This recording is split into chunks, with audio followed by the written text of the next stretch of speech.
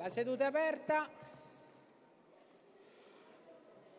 Avverto che il processo verbale della seduta precedente è posto a disposizione degli onorevoli deputati che intendano prenderne visione ed è considerato approvato in assenza di osservazioni in contrario nella presente seduta. Ai sensi del comma 9 dell'articolo 127 del regolamento interno do il preavviso ai 30 minuti al fine delle eventuali votazioni mediante procedimento elettronico che dovessero aver luogo nel corso della presente seduta. Invito pertanto i deputati a munirsi per tempo della tessera personale di voto. Ricordo che anche la richiesta di verifica del numero legale, ovvero la domanda di scrutinio nominale o di scrutinio segreto, sono effettuate mediante procedimento elettronico. Avverto che le comunicazioni di rito di cui all'articolo 83 del regolamento interno dell'Assemblea saranno riportate nell'allegato A al resoconto dell'odierna seduta. Avverto che l'onorevole Riccardo Antonio Gallo ha comunicato con nota protocollata al numero 3654 del 4 giugno 2026 le proprie dimissioni con effetto immediato da componente della prima Commissione legislativa permanente Affari Istituzionali. Ha altresì comunicato la propria autosospensione a decorrere dal 4 giugno 2026 da componente della Commissione terza Commissione legislativa permanente attività produttive, della Commissione per l'esame delle questioni concernenti l'attività dell'Unione Europea, della Commissione per il regolamento. L'Assemblea ne prende atto.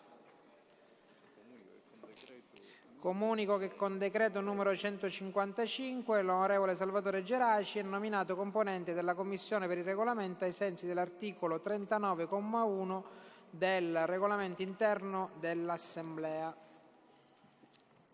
Con nota del 4 giugno 2026, protocollata al numero 3640 di pari data, l'onorevole De Leo ha comunicato di aderire al gruppo misto. Conseguentemente, con pari decorrenza, lo stesso deputato cessa di far parte del gruppo parlamentare Forza Italia all'Ars. L'Assemblea ne prende atto. Allora,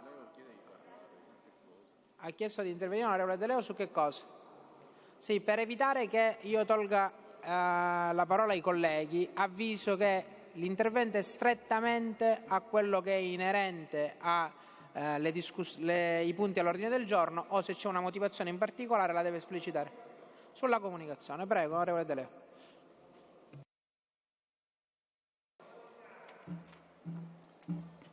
Grazie Presidente, io intervengo sulla comunicazione che lei ha appena letto partendo da un messaggio che voglio dare ai cittadini messinesi, della provincia di Messina, ma a tutti i siciliani, che spesso quando noi politici, noi che abbiamo un ruolo istituzionale, prendiamo delle decisioni, veniamo additati come opportunisti, come azioni che nascono da un interesse particolare. In questo caso la mia scelta è stata ponderata e nasce per difendere la mia dignità personale, la dignità di coloro che si sono candidati a Messina nella lista di Forza Italia e di tutti i cittadini che ci hanno sostenuto.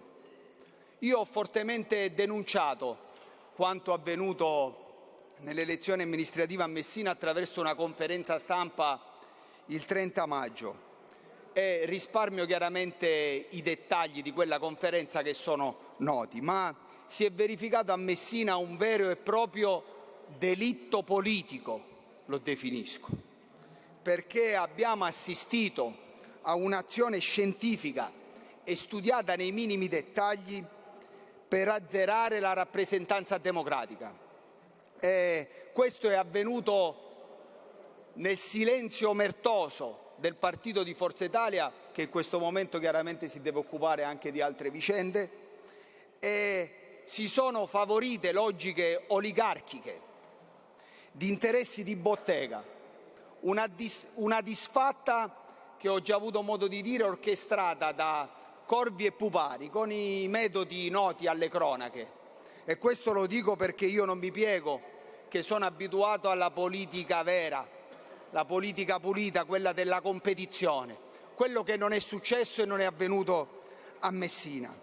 E quindi ho deciso di lasciare Forza Italia come atto politico inevitabile di fronte a quanto accaduto. E il gruppo misto non è un ripiego o una resa, ma è un atto di resistenza politica per difendere la lealtà e la trasparenza.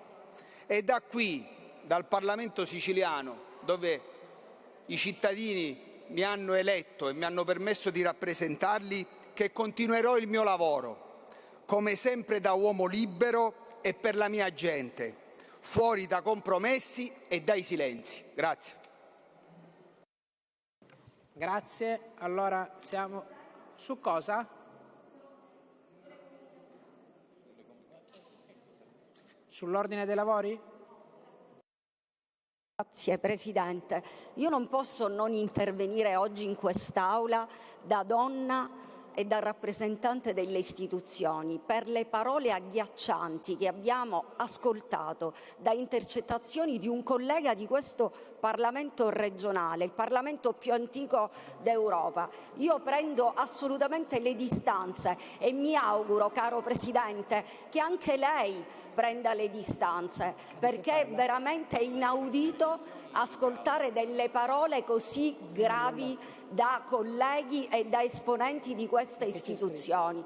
A nome di tutte le donne cittadine siciliane e di tutte le donne in generale, io prendo la parola oggi e so che già lei, da Presidente dell'ARS, è stato raggiunto da una lettera da parte di associazioni, dall'UDI e dalla rappresentanza delle donne siciliane, dalle onde, proprio per chiedere una presa di distanza forte e autorevole. Grazie Presidente. Grazie onorevole Schillaci. Io però non ho ancora ricevuto né letto alcuna comunicazione.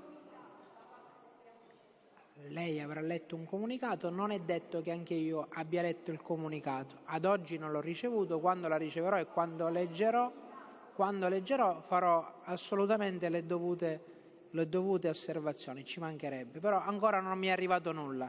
In tutti i casi adesso siamo alla discussione unificata delle mozioni numero 362 e 363.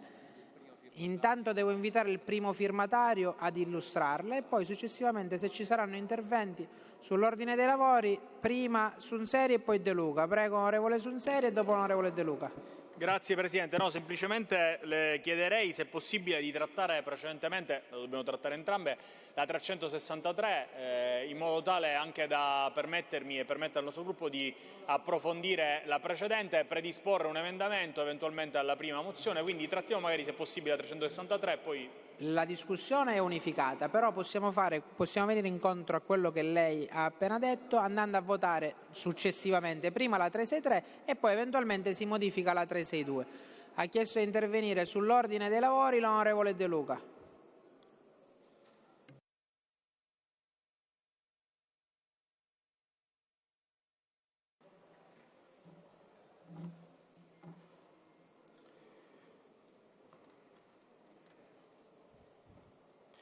Grazie Presidente, onorevoli colleghi, Governo. Desidero sottolineare un fatto gravissimo. Come questo Parlamento sa, l'articolo 4 della legge 26 del 2020 parla della presentazione del programma di governo all'Assemblea regionale. Lasciamo stare che i siciliani hanno eletto un Presidente che non ha neanche presentato agli elettori un programma, ma come ha detto autorevolmente il Presidente Miccichè, in quel contesto anche indicando un gatto sarebbe stato eletto Presidente della Regione siciliana.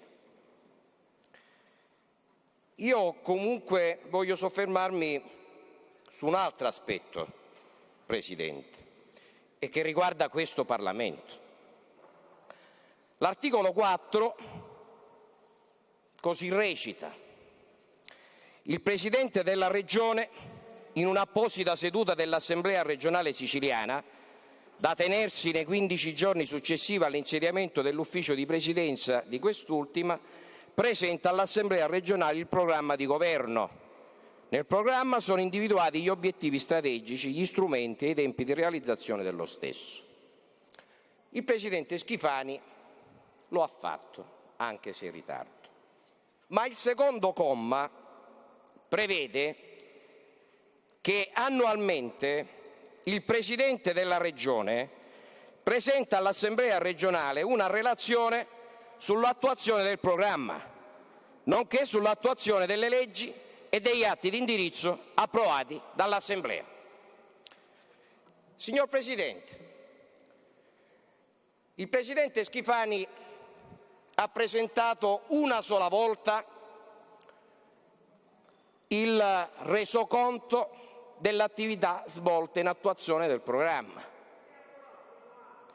E qui, collega Cracolici, c'è una considerazione che dobbiamo fare, perché questo Parlamento ha approvato una norma nei confronti dei sindaci e quindi ha previsto delle sanzioni ben precise, perché la legge 7, l'articolo 17, se non ricordo male, prevedeva che annualmente i sindaci dovevano presentare la propria relazione, ma non c'era una sanzione, tant'è vero che il 90% dei sindaci non presentava la relazione annuale al Consiglio Comunale.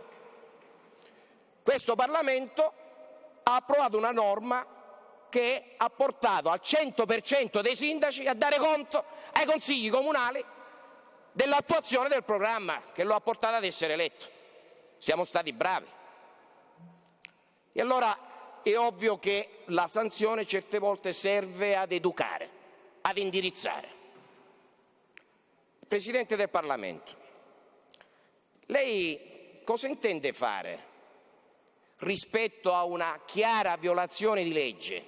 Siamo ormai alla vigilia del 4º anno e ci troviamo con il Presidente della Regione che continuamente viola le norme di questo Parlamento. Lo ha fatto con la nomina della Giunta.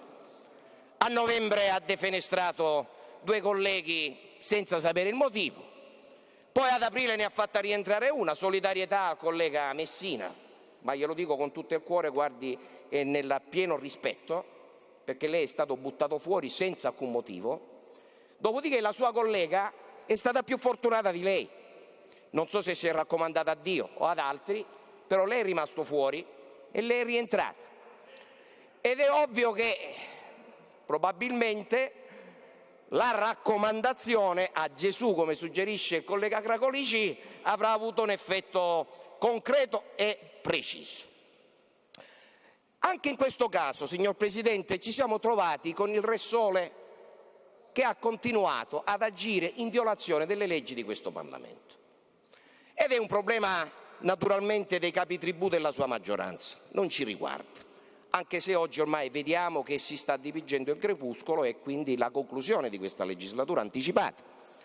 E andando alla conclusione, però, Presidente, le vorrei chiedere la cortesia di scrivere al Presidente della Regione, perché non si può permettere di violare costantemente un principio che ci consentirebbe finalmente di poter entrare nel merito di 4 anni di governo, di quante riforme sono state fatte e soprattutto anche dei risultati che vengono ogni tanto sbandierati, compreso l'avanzo di amministrazione che è frutto di deficienza amministrativa di questo governo.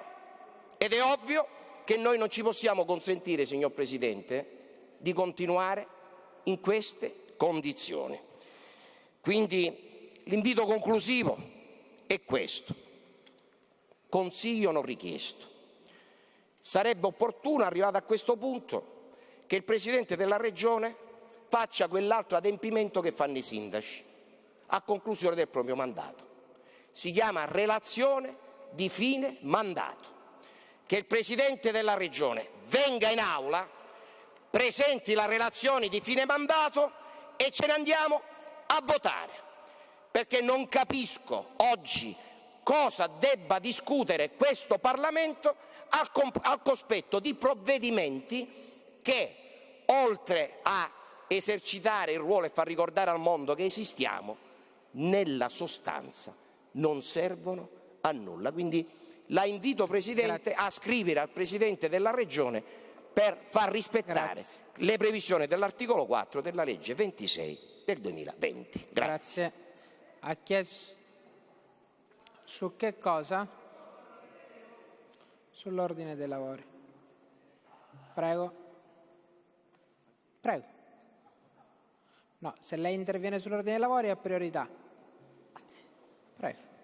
Sì, grazie Presidente. Intervengo sull'ordine dei lavori perché oggi ci troviamo a parlare di due mozioni estremamente importanti che riguardano il GAL, che riguardano i finanziamenti per l'agricoltura, mentre però non possiamo non guardare ciò che sta succedendo, ciò che continua a succedere, quelle che sono le dichiarazioni politiche di una classe dirigente della destra, la quale per l'ennesima volta annuncia che quello poi che è sotto gli occhi di tutti, la frantumazione di questo centrodestra che non permette a questa Sicilia di decollare e per il quarto anno di fila di portare avanti quelle riforme delle quali non si è vista luce. Parliamo dalla crisi idrica alla sanità, alle infrastrutture, tutte quelle riforme che continuano purtroppo a mancare, che vedono purtroppo i nostri giovani dover emigrare verso fuori.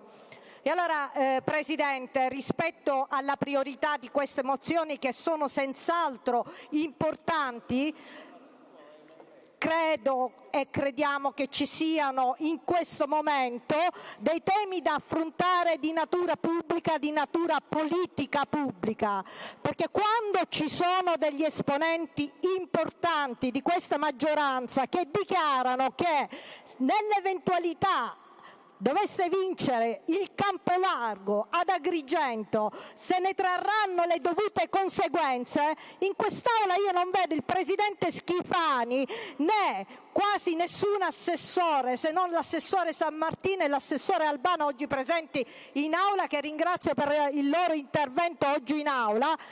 Non vedo che ci sia una presa di posizione netta rispetto a quella che sono delle contraddizioni che oramai si sono palesate davanti a tutti. Abbiamo una maggioranza completamente in frantumi, abbiamo un governo di destra e di centrodestra che continua a non dare risposte ai siciliani. E allora rispetto a questo, rispetto alle parole che ha anche pronunciato un importante esponente leader di una forza trainante di questo governo, e parlo del Movimento per l'Autonomia, il quale ha messo davanti a tutti con le sue dichiarazioni le difficoltà di questo centrodestra che nel caso in cui si fosse conclamata una vittoria del Campolargo tutti quanti avrebbero dovuto trarne le conseguenze che si sono palesate. Allora, Presidente, non si può più assistere a una regione immobile rispetto a quelle che sono le necessità dei siciliani, rispetto a quella che è un continuo prorogarsi e susseguirsi di scandali che tutti i giorni leggiamo sui giornali, di nomine che si susseguono l'un l'altro per parentopoli, di atteggiamenti da parte di esponenti della maggioranza che favoriscono un parente o un altro,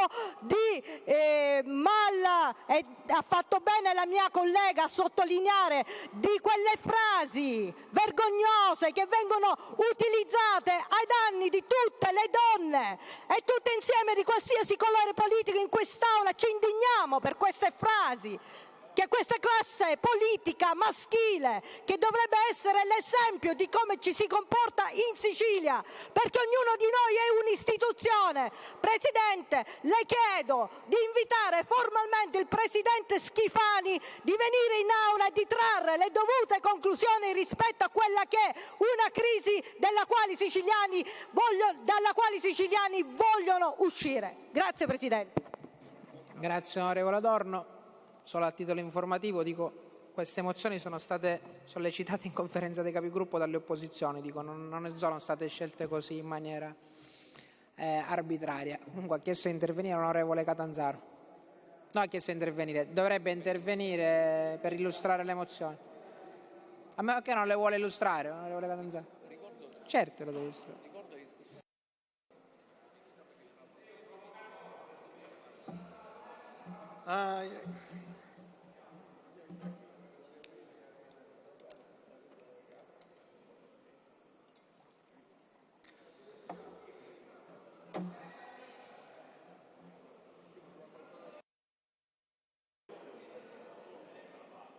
Grazie Presidente. Presidente, ha ragione lei sul fatto che queste mozioni sono state discusse in conferenza dei capigruppo più di 4 o 3, o non ricordo le settimane, perché sono 2 mozioni, entrambe che intervengono sull'assessorato all'agricoltura e quindi la presenza dell'assessore San Martino, e una è la mozione 362, Presidente, alla quale vorrei dare, onorevole Laccoto, alla quale vorrei dare priorità anzi no, la 363, perché Sunseri ha detto un attimo di soprassedere sulla 362, che stiamo cercando di trovare una convergenza. Quella sulla 363, che è stata data una proroga proprio qualche giorno fa per 10 giorni. E quella è dell'intervento della dotazione di 100 milioni di euro, che ovviamente, Presidente Calvagno, nasce per rafforzare la competitività delle aziende agricole. Invece di migliorare la redditività e favorire gli investimenti delle imprese. Ma il suo obiettivo, Assessore San Martino, per quanto ci riguarda, è un obiettivo fallito. E dico il motivo: perché il bando introduce una barriera d'accesso insostenibile, una soglia minima di spesa ammissibile pari a 250.000 euro. Il completamento di programmazione regionale fissa la soglia a 20.000 euro, mentre il bando l'ha innalzata di 1.250 punti di percentuale, senza nessuna motivazione o valore di impatto. In Sicilia la dimensione media delle aziende agricole è di appena 5-6 ettari. Onorevole Lantieri, lo capisco che a lei non interessa, dico se mi dà la possibilità. Chiedere, Presidente Calvagno, un investimento minimo di $250.000 di euro significa tagliare fuori quasi la totalità delle imprese familiari, della piccola proprietà contadina e soprattutto del mondo giovanile dell'agricoltura, escludendo migliaia di operatori agricoli che non dispongono della capacità finanziaria per accedere al bando. La fissazione di una soglia minima con elevata cozza con le politiche di contrasto allo spopolamento delle aree interne e soprattutto al ricambio generazionale in agricoltura, che produce un effetto quasi paradossale, escludendo dalle risorse PAC 2023-2027 proprio quei territori e quelle imprese che dovrebbero essere i destinatari privilegiati, aggravando soprattutto il divario tra le aree costiere e le aree interne. Peraltro, Presidente Calvagno, si crea un cortocircuito logico di non poco conto. Il bando ammette aziende con una produzione standard minima di 8.000 euro, ma pretende adesso un investimento di 250.000 euro.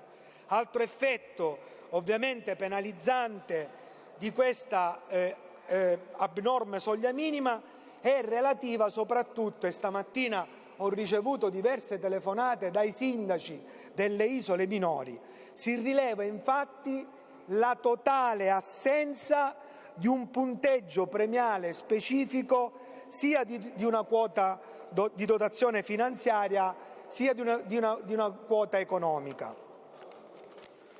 Le aziende delle isole minori sostengono maggiori costi e vincoli operativi e che riducono competitività e capacità di investimento in assenza di qualsiasi correttivo. Ma vi è di più.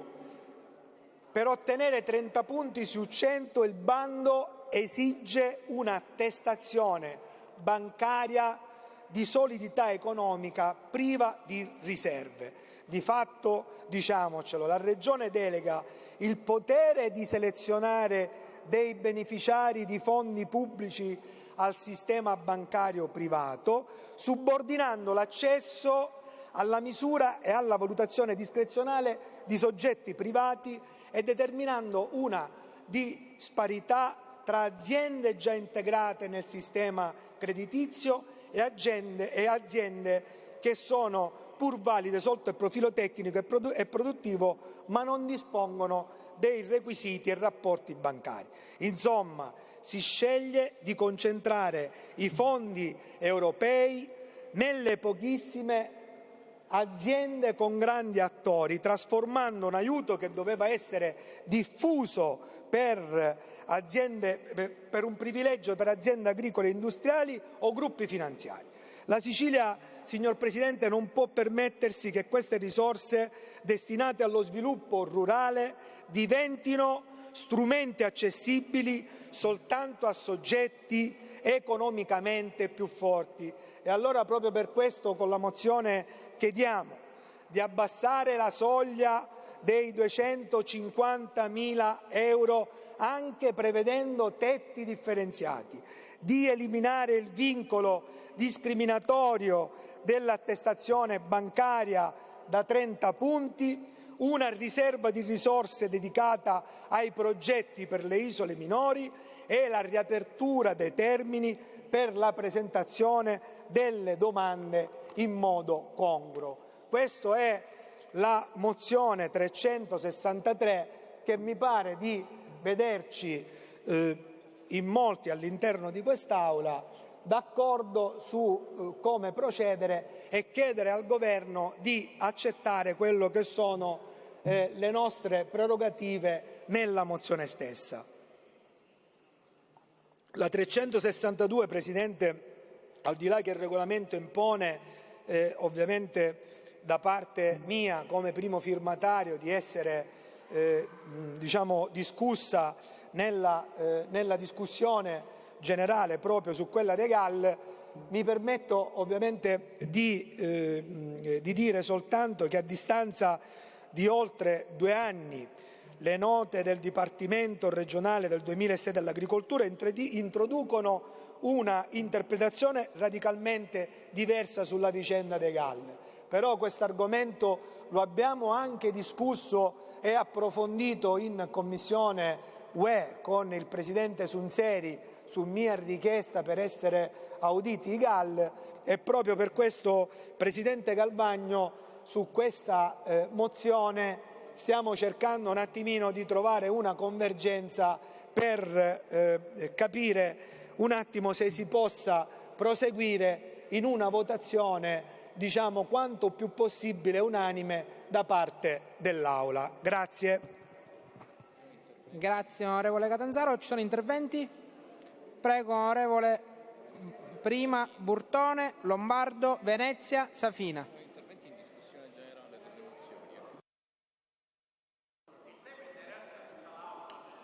Sono chiaramente interventi sulla mozione, giusto? Sì. Come?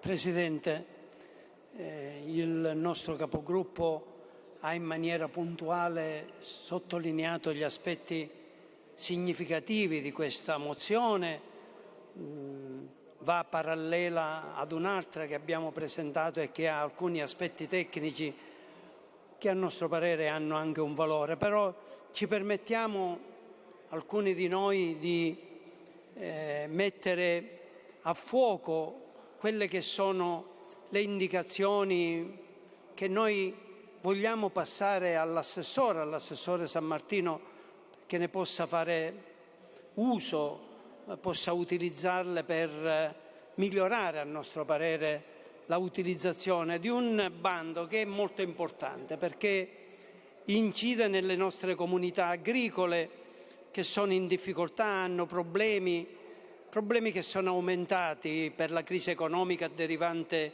dai conflitti, sono problemi collegati alle fonti energetiche, continuiamo ad avere problemi relativi all'utilizzazione delle risorse idriche per i nostri comparti agricoli. E pertanto abbiamo analizzato attentamente il bando e lo riteniamo un bando che ha una potenza economica rilevante, 100 milioni di euro. Quello che noi, Presidente, contestiamo, e ripeto con una serie anche di proposte, però non c'è una contestazione finalizzata a bloccare il bando, ma a migliorarlo. Quello che contestiamo è le modalità di attribuzione delle risorse. Intanto si dice che i progetti debbono avere un minimo di indicazione economica, progetti che debbono essere caratterizzati da una somma a partire da 250.000 euro e possono essere anche finanziati progetti di 3 milioni di euro.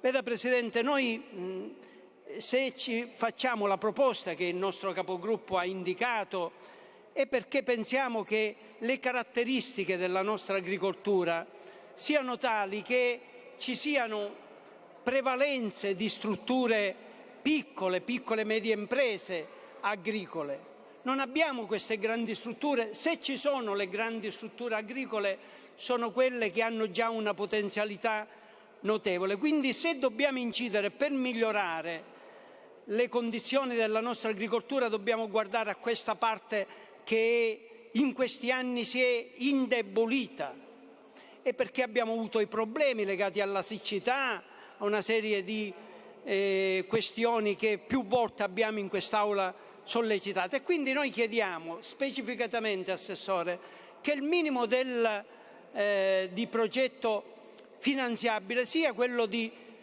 50.000 euro e non di 250.000 euro, così come pensiamo che già dare 1 milione di euro ad un'azienda agricola sia un fatto importante, significativo, e questo aumenterebbe la potenzialità di distribuzione di risorse. Questo lo diciamo perché, ripeto, noi pensiamo a queste caratteristiche della nostra agricoltura che, essendosi indebolita, ha dei produttori che non hanno questa capacità contrattuale anche con le banche. Si chiedono fiduzioni bancarie che sappiamo vengono date a coloro i quali hanno alcune caratteristiche che la nostra agricoltura non ha. Quindi chiedere questo significa tagliare una parte importante del mondo agricolo. Lo diciamo, Assessore, ripeto, con uno spirito costruttivo. Noi abbiamo visto che cosa è successo nella nostra agricoltura. Se diamo un taglio che guardi alle imprese grandi, se chiediamo una possibilità di avanzare nella classifica dei finanziabili, le caratteristiche di potenzialità bancaria, noi, ripeto, abbiamo fatto fuori la parte più importante, anche quelle delle aree interne, Assessore, che lei ben conosce, che sono in difficoltà per i collegamenti, per la denatalità, per lo spopolamento. Quindi se dobbiamo chiedere un potenziamento a questo ambito, dobbiamo rispondere alla piccola e media impresa agricola, che ha avuto problemi nei scorsi anni, Presidente. Ha avuto problemi, abbiamo avuto la siccità. Guardi, io, ripeto, speravo che ci fosse un intervento risolutivo. Sono stati assegnati per la siccità 134 euro per ettaro. Significa nulla. Cioè bisognava, guardare, io speravo, ho sentito ministri proclamare la loro attenzione, non solo quella all'agricoltura, ma anche altri ministri dire interverremo per la siccità. Ma quali interventi hanno fatto se un agricoltore è stato rimborsato con una cifra minima e parliamo del comparto agrumicolo che ha subito notevoli danni, così come E il frumento quest'anno ha avuto una resa minima, 23 centesimi al chilo, dopo che sono stati ammassati le quantità di grano che sono state prodotte nella nostra comunità, per non parlare di altri settori. Allora, Presidente, noi abbiamo voluto fare queste proposte anche perché davanti abbiamo problemi ulteriori. Io parlo con gli agricoltori del mio paese, con quelli del mio territorio, spesso mi fermo nelle campagne quando arrivo nella mia comunità, perché vedo che ci sono quelli che lavorano e quindi entro e cerco di parlare mentre stanno lavorando, e devo dire che la prima cosa che mi dicono: ma quest'anno ce la faremo con l'acqua? Ce la faremo con l'acqua? E mi informo, sono andato nella zona di Paternò, Ponte Barca, l'acqua continua a scorrere e va a mare. Perché quota 100 e quota 51 non è stata approntata alcuna manutenzione. Il Presidente conosce bene questi territori, così come nel lago di Lentini, che è il lago che risponde alle problematiche irrigue della zona di Scordia, di Mineo, di Ramacca, di Palagonia, di Francofonte, di Lentini, Carlentini, di Militello.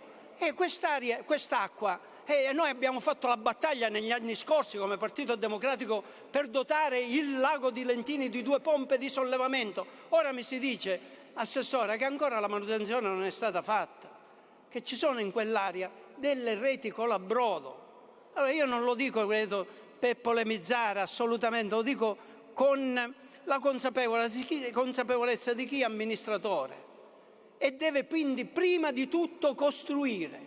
E noi quindi le stiamo indicando, Assessore, una strada che riteniamo importante, fondamentale, è la strada di far sì che le risorse non vadano canalizzate verso chi già ha. Certo, potenziare la grande agricoltura, mettere insieme delle strutture che possono poi creare la filiera alimentare, la produzione e la commercializzazione insieme, la trasformazione, è un fatto importante e qui nessuno lo sottovaluta. Però, Assessore, lei deve, credo, condividere con noi che c'è una parte importante che non può morire, ed è quella dei nostri produttori, piccoli produttori. Ecco perché abbiamo fatto una proposta costruttiva nell'interesse veramente significativo dell'agricoltura siciliana. Grazie onorevole Burtone. Ha chiesto di intervenire l'onorevole Lombardo.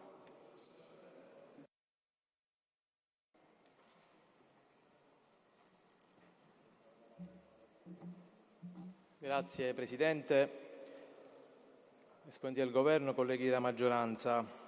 La mozione, la 363, di cui mi occupo nel mio intervento, riprende un tema del quale il mio gruppo parlamentare già si è occupato qualche mese fa.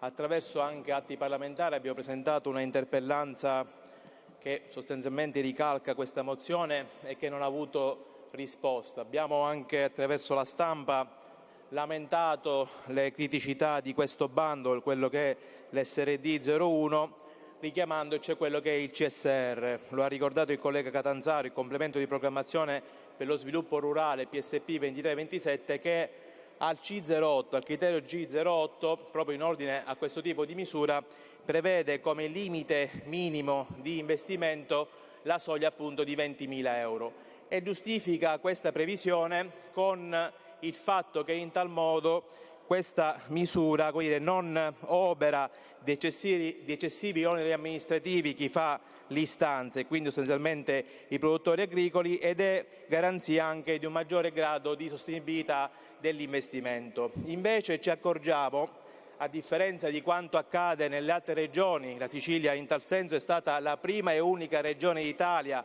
a elevare il contributo e quindi la soglia minima di investimento a 250.000 euro, laddove invece la Calabria, la Campania, la Basilicata, la Puglia, il Friuli Venezia Giulia, la Toscana e l'Emilia Romagna si sono adeguate in linea di massimo, comunque sono discostate molto poco dal limite minimo dei 20.000 euro. Qui abbiamo 250.000 euro, unica regione d'Italia che ha posto una soglia minima di investimento che è 12,5 volte superiore a quella prevista nel CSR. E il confronto appunto con le altre regioni ci dà il segno di una disparità rispetto alla quale vorremmo chiarimenti dall'assessore, rispetto anche a un bando che in tal senso non giustifica questa soglia così alta di investimento, rispetto appunto anche a un tema che è la superficie agricola utilizzata in Sicilia, che è in media di 5-6 ettari rispetto a una media nazionale che è di 11 ettari. E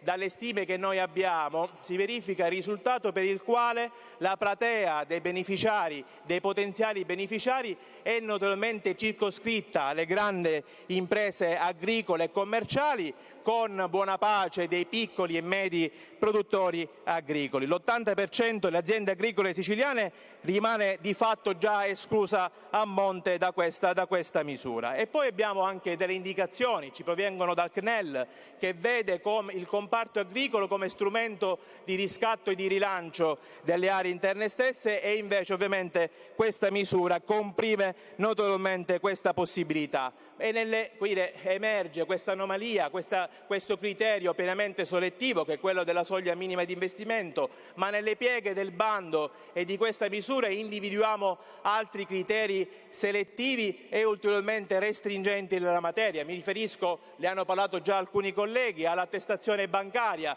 come elemento di certificazione della solidità economica degli istanti, dei produttori agricoli istanti, quando invece le altre regioni hanno richiesto semplicemente l'esame analitico dello stato di salute dei bilanci aziendali degli ultimi 3 anni. Un bando che ha una vigenza temporale di soli 3 mesi, assistiamo a una proroga per la verità insufficiente di soli 10 giorni, e che richiede anche la cantierabilità degli interventi laddove si voglia realizzare il manufatto che prevede al riguardo un punteggio premiale. E mi paiono troppo pochi i 3 mesi previsti per consentire il rilascio di nulla osta, titoli edilizi ed autorizzativi da parte dei comuni. Sostanzialmente una mole di documentazione farraginosa e macchinosa, che è incompatibile con i tempi di pubblicazione del bando e incompatibile anche con questa proroga di soli 10 giorni. Ecco perché, Presidente, lo diciamo chiaramente, così come l'abbiamo fatto in passato, esprimiamo una posizione contraria rispetto a questo bando e favorevole alla mozione che oggi è stata presentata, senza anche tenere conto del fatto che noi ancora oggi assistiamo a un altro dramma, che è quello della sottomisura 4.1, che è sostanzialmente la misura analoga, omologa della vecchia programmazione, che è stata pubblicata nel 2024, la prima graduatoria è uscita nel dicembre del 2025, ci sono 5.800 istanze che ancora aspettano risposte. Vorrei in questo senso un chiarimento dal Governo, ma mi auguro che oggi, con il voto del Parlamento, il Governo si autodetermini di conseguenza, si determini nella volontà che esprime questo Parlamento rispetto a un bando, l'SRD 01, che mortifica la stragrande maggioranza delle imprese agricole siciliane. Grazie onorevole Lombardo. Ha chiesto di intervenire l'onorevole Venezia.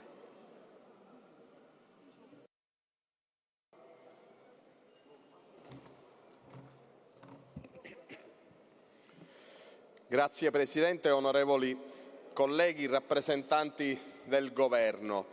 Intervengo per condividere l'atto parlamentare presentato dal collega Catanzaro e dal gruppo parlamentare del Partito Democratico, ma soprattutto per mettere in luce la situazione generale dell'agricoltura siciliana.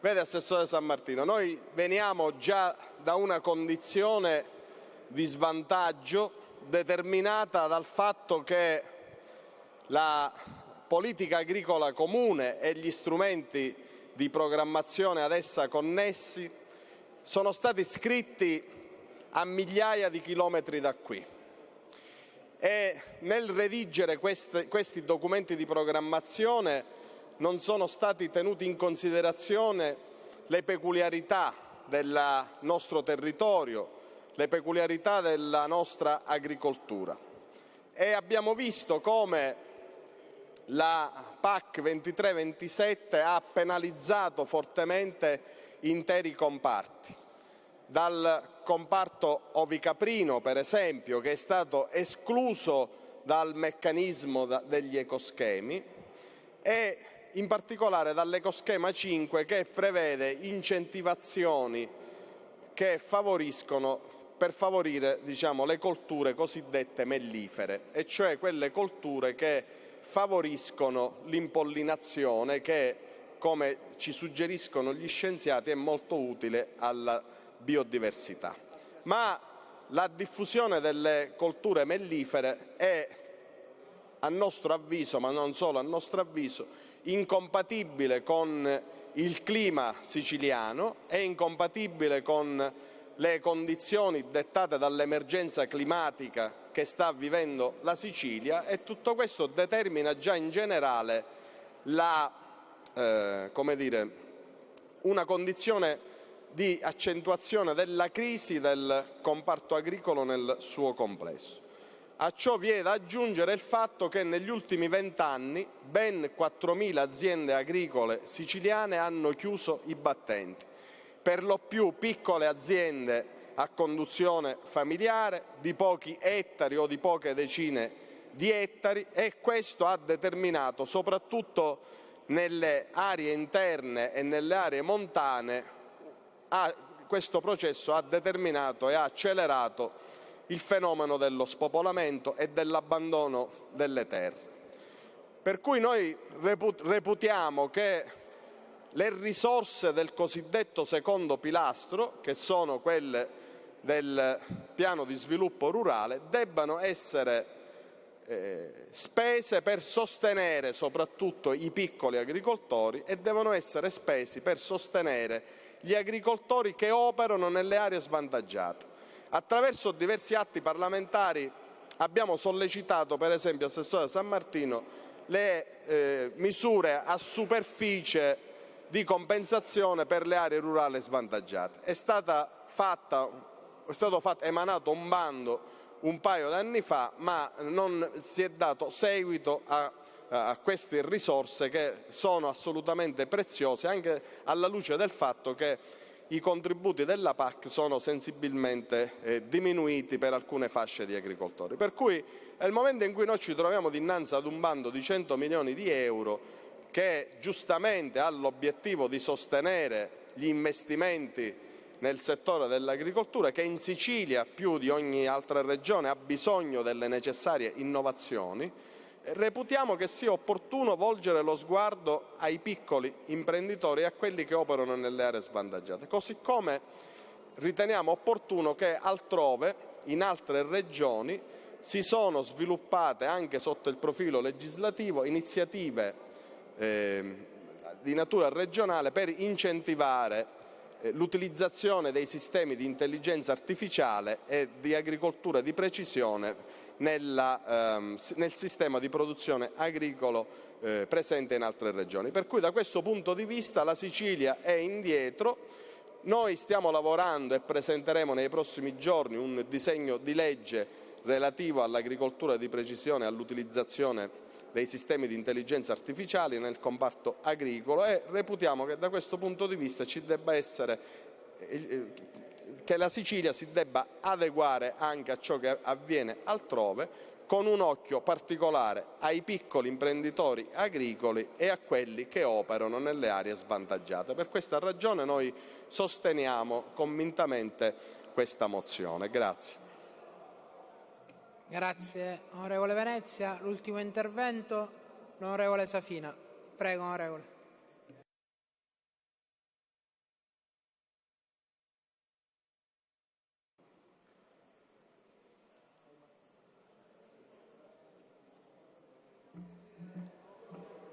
Presidente, onorevoli colleghi, Assessore San Martino, che la PAC svolga un ruolo fondamentale, onorevole Turano, chiedo scusa, non l'avevo vista, che la PAC svolga un ruolo fondamentale per la tutela delle nostre produzioni agricole è pacifico. 400 miliardi ogni 6 anni di programmazione, molti di questi in Sicilia, però vede, onorevole San Martino, in questi anni in questi anni è pacifico, è altrettanto pacifico che molti degli interventi che sono stati programmati hanno rappresentato più che un'occasione, un'occasione di rilancio, un'occasione perduta. Molti sono gli interventi che non hanno prodotto quella ricchezza, quella capacità di resilienza di un sistema produttivo agricolo molto importante come quello siciliano. Si sono fatti importanti investimenti sul biologico, ma al contempo il biologico è il settore che soffre di più i cambiamenti climatici. Presidente, l'assessore San Martino mi ha detto che non mi sente.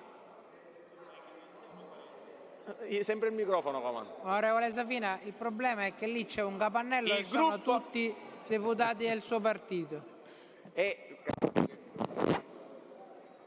L'onorevole San Martino dice che non sente.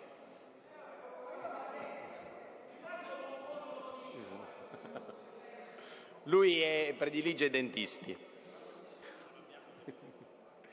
Gli dicevo, queste risorse della PAC hanno rappresentato più un'occasione perduta che un momento di resilienza del nostro sistema produttivo agricolo e peraltro, nonostante i nostri agricoltori abbiano fatto degli sforzi per investire sul biologico, la regione siciliana rappresenta un'eccellenza in quel comparto, è chiaro che oggi quel comparto lì, proprio a causa dei cambiamenti climatici, vive delle difficoltà maggiori rispetto a chi pratica ancora l'agricoltura tradizionale.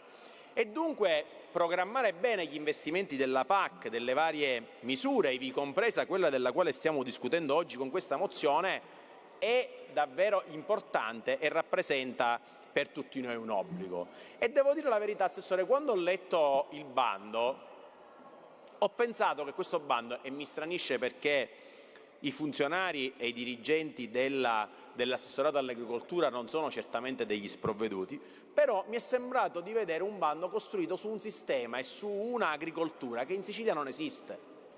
Perché c'è una contraddizione in termini, pensare a un investimento da 250.000 euro minimo e poi immaginare che le imprese destinatarie debbano avere minimo 8.000 euro di reddito agricolo, stiamo parlando di due cose che non si tengono insieme, perché è chiaro che a fronte di un reddito agricolo molto basso è impensabile immaginare un investimento da 250.000 euro e questa è la caratteristica della maggior parte delle imprese siciliane, tanto come diceva il collega Venezio delle aree interne, ma vi permetto di dire oramai di tutta la Sicilia, perché in Sicilia siamo dinanzi a un sistema di microimprese e purtroppo mi pare che questo bando, insieme a altri che sono usciti, insieme a quello che è stato fatto per esempio sull'OCM Vino, sia un ulteriore tassello di una scelta politica chiara, privilegiare i grandi produttori, privilegiare i trasformatori in alcuni casi, a fronte di chi invece fa l'agricoltore, di chi consente alle nostre terre di non subire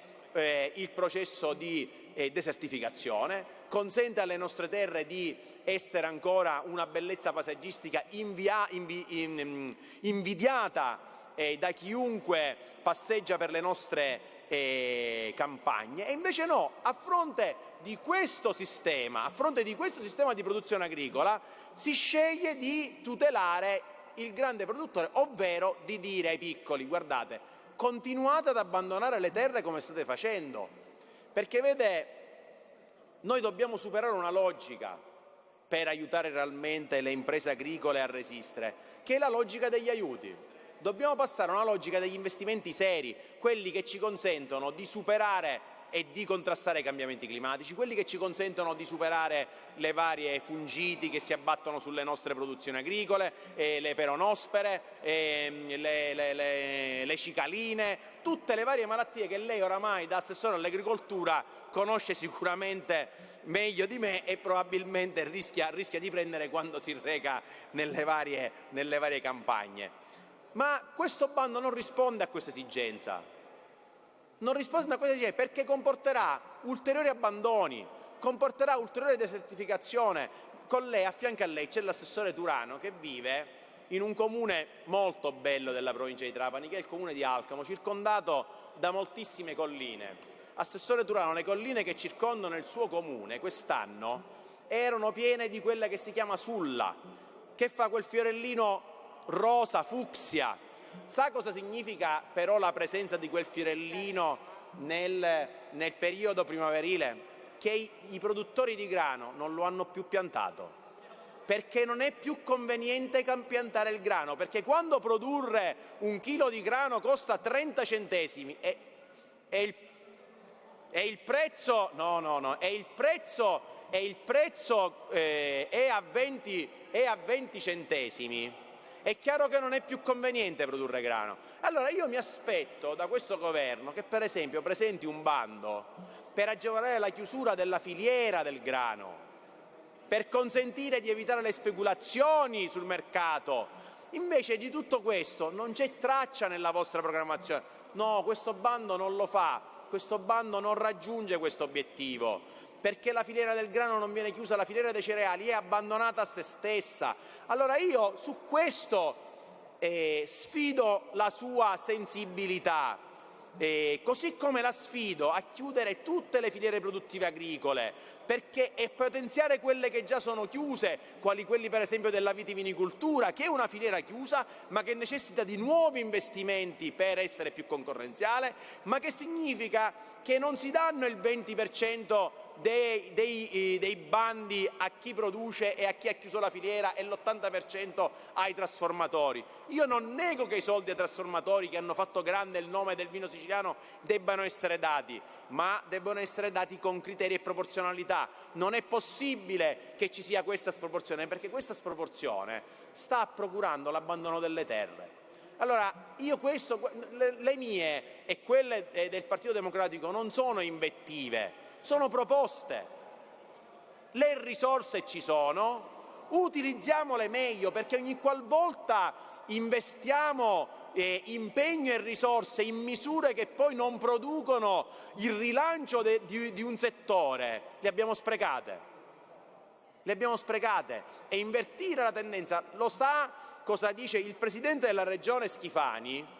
Usa citare spesso pro domo sua lo studio dello Svimez, che contiene alcuni elementi sull'aumento del PIL, però dimentica, tra le tante cose che omette di dire che in agricoltura il reddito medio degli agricoltori è calato, e omette di dire che il 10% della forza lavoro in agricoltura è diminuito e l'agricoltura è ancora un grande datore di lavoro in Sicilia, e quando cala la forza lavoro del 10% è un problema molto molto molto serio.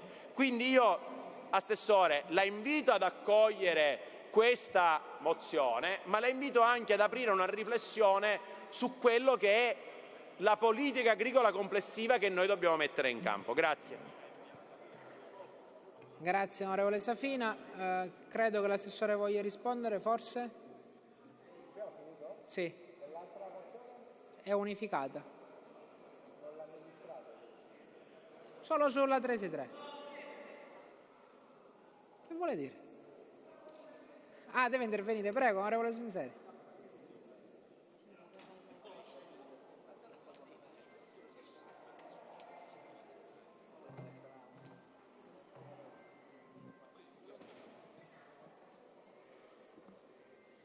Grazie Presidente, Assessore, onorevoli colleghi. Diciamo, dopo gli interventi dei colleghi, ma soprattutto quello dell'onorevole Lombardo, ho veramente pochissimo da aggiungere, perché mi ritrovo assolutamente d'accordo con quanto sollevato anche dai colleghi della stessa maggioranza.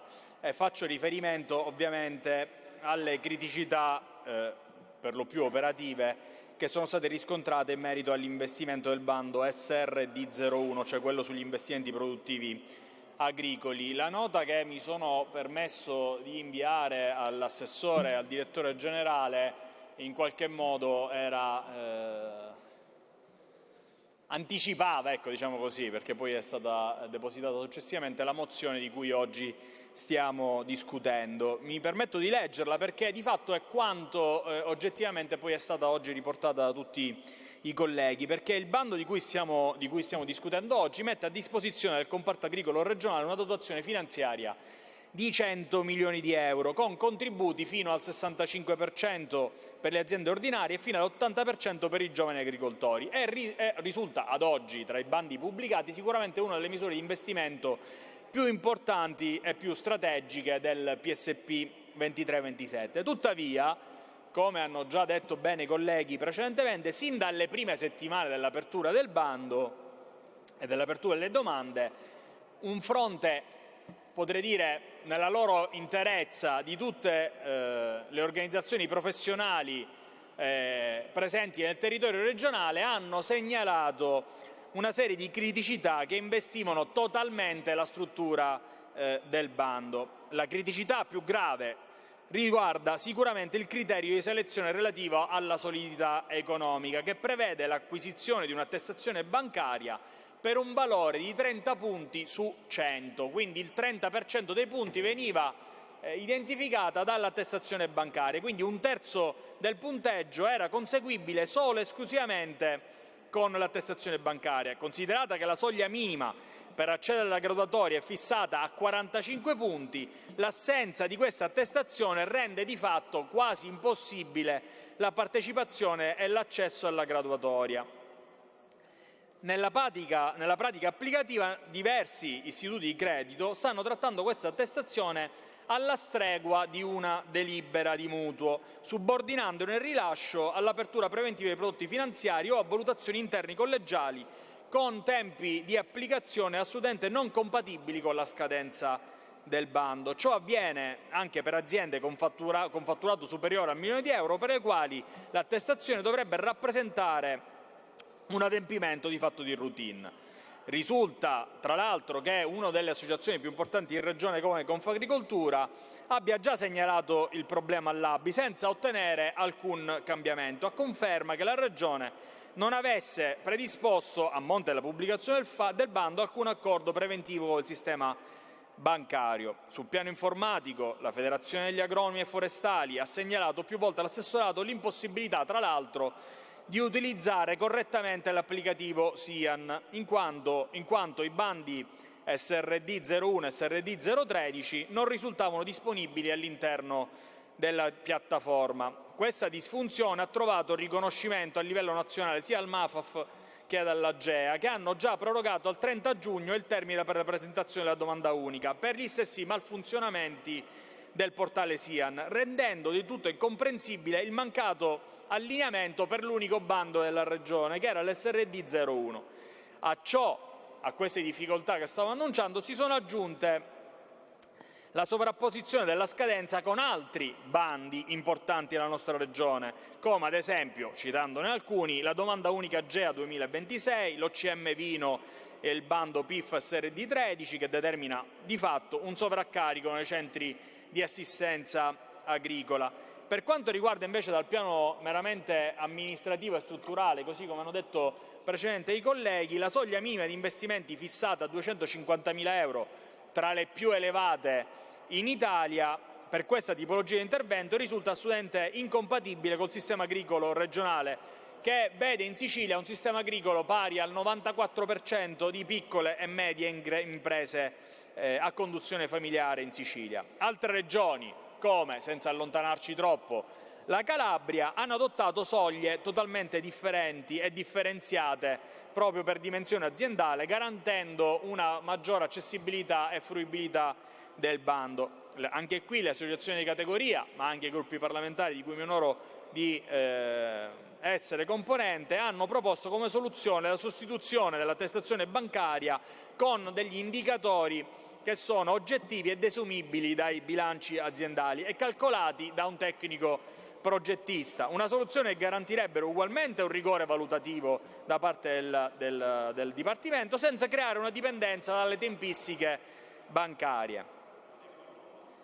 Per questa ragione più volte abbiamo chiesto all'assessorato, e oggi lo facciamo in aula a seguito di questa mozione, di voler adottare con urgenza un provvedimento che, uno, prorogasse per 10 giorni, Assessore, il bando, che oggettivamente risulta veramente anomalo, nel senso che o non si prorogava perché eravate convinti che non aveva necessità di essere prorogato e quindi questi 10 giorni risultano assolutamente ultroni, oppure altrimenti andava prorogato per un termine ben oltre i 10 giorni e soprattutto, Assessore, mi permetto di dirlo, anche la possibilità di istituire un tavolo permanente di concertazione con tutte le organizzazioni professionali agricole per la condivisione di questi criteri a monte e non solo dopo la pubblicazione, perché se tutte le associazioni il giorno dopo la pubblicazione, presa atta sia dell'ammontare sia delle problematiche, le criticità inerenti alle attestazioni bancarie, continuano a inviare delle note all'assessorato dicendo che non andavano bene, evidentemente se si faceva il giorno prima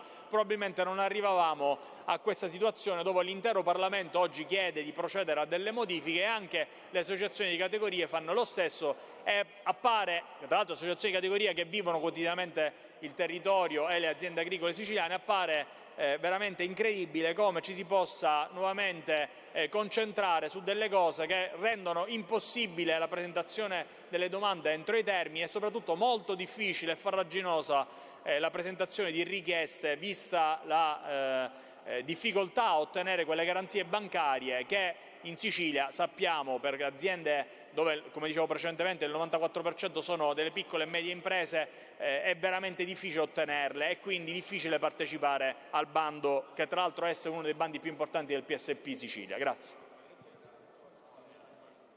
Grazie. Prego, Assessore San Martino. Grazie Presidente, colleghi.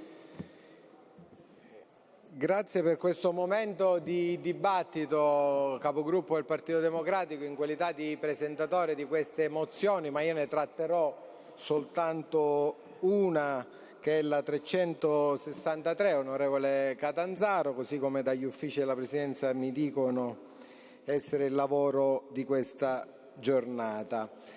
Parlare di bandi in quest'Aula mi invita a una riflessione insieme alle forze di maggioranza e di opposizione per chiarezza soprattutto degli atti amministrativi che hanno svolto i miei uffici, ma anche per comprendere fino in fondo forse quella che oggi anche in alcuni interventi dei colleghi leggo come una disattenzione rispetto a un percorso ben più elaborato di programmazione e promulgazione di bandi che si innesta in una finestra temporale, onorevoli colleghi, che riguarda la programmazione 2023-2027. Alcune criticità che vengono emerse e che emergono dalla sottoscrizione di questa mozione mettono in luce la soglia minima di accesso all'investimento della SDRA 01, che è un pezzo della programmazione 2023-2027, sostenendo che la soglia minima di accesso è una soglia elevata rispetto alla richiesta del mondo produttivo della nostra Regione. Io vorrei ricordare ai colleghi parlamentari, onorevole Di Paola, che hanno sostenuto in queste ore, in queste settimane, la tesi della soglia elevata, che la nostra Regione già si è munita nel dicembre del 2024 di un bando che si è rivolto agli investitori e ai piccoli investitori in agricoltura e quindi ai piccoli agricoltori senza avere soglie di accesso minimo, ma garantendo loro soltanto una soglia di accesso massimo, che era quella di 300.000 euro. È l'ex misura 4.1 del programma PSR 14-20 che con risorse del programma a fine programmazione abbiamo voluto destinare a tutta la platea dei piccoli agricoltori siciliani che chiedevano a gran voce una misura l'anno scorso per poter meccanizzare le proprie aziende, per poter intervenire su piccole superfici di areali coltivati, per garantire quell'accesso primario alla piccola produzione della nostra Regione. E vedo con piacere che l'onorevole Lombardo ha ricordato come quel bando rivolto ai piccoli agricoltori ha avuto un grande successo, oltre 6.000 pratiche presentate per una dotazione economica e finanziaria di circa 40 milioni di euro, tutta dedicata ai piccoli agricoltori siciliani, che hanno visto una platea di 488 beneficiari, purtroppo irrisoria rispetto alla grande richiesta di partecipazione, ma la Regione studiando gli atti attentamente in maniera analitica di quella che è stata la misura rivolta ai piccoli agricoltori, ha pianificato nel 2025 la misura oggi oggetto della mozione. Perché se su 488 beneficiari alla misura 4.1 con massimale di 300.000 euro l'80% dei beneficiari ha presentato istanza per pratiche superiori ai 250.000 euro, il mondo agricolo ha risposto anche nella piccola azienda agricola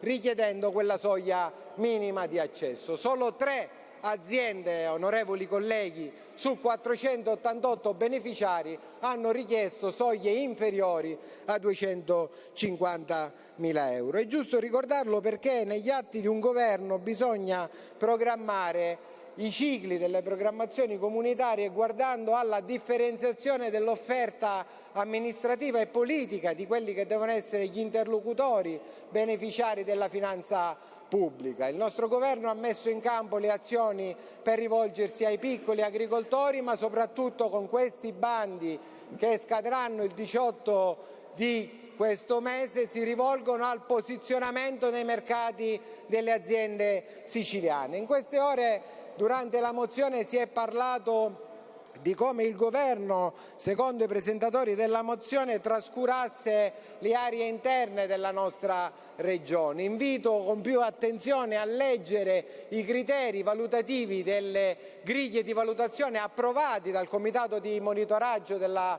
nostra regione, approvati dall'organismo pagatore che è AGEA, perché io ricordo a me stesso e a tutti i colleghi che i bandi dell'agricoltura vengono vagliati dal Ministero e poi dall'organismo pagatore che ne apre l'accesso alle piattaforme informatiche.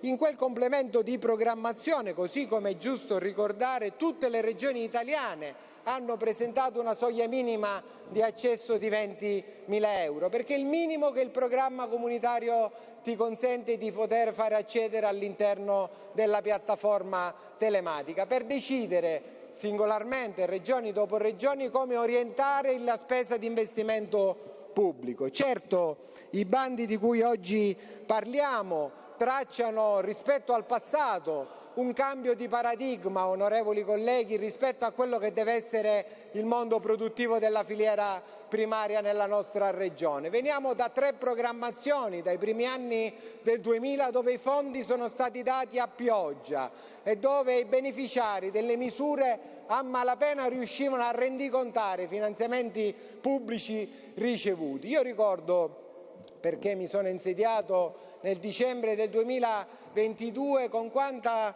enfasi abbiamo dovuto lavorare a recuperare i bandi dell'onorevole Cracolici, assessore all'agricoltura, negli anni 2016 e 2020. Vedete, il Partito Democratico che oggi propone questa mozione, quando fu assessore, buon assessore, l'onorevole Cracolici propose soglie di 5 milioni di euro agli investimenti della nostra regione. Io ereditai quelle misure ancora non lavorate dal Dipartimento regionale, soltanto grazie all'impegno degli uffici della regione abbiamo raggiunto il 100% della spesa di queste misure, onorevole Cracolici. E lei sa benissimo che fece 2 bandi rivolti agli investimenti nella nostra regione, uno nel 2016 con soglia a 5 milioni e uno nel 2020 con una soglia di 300.000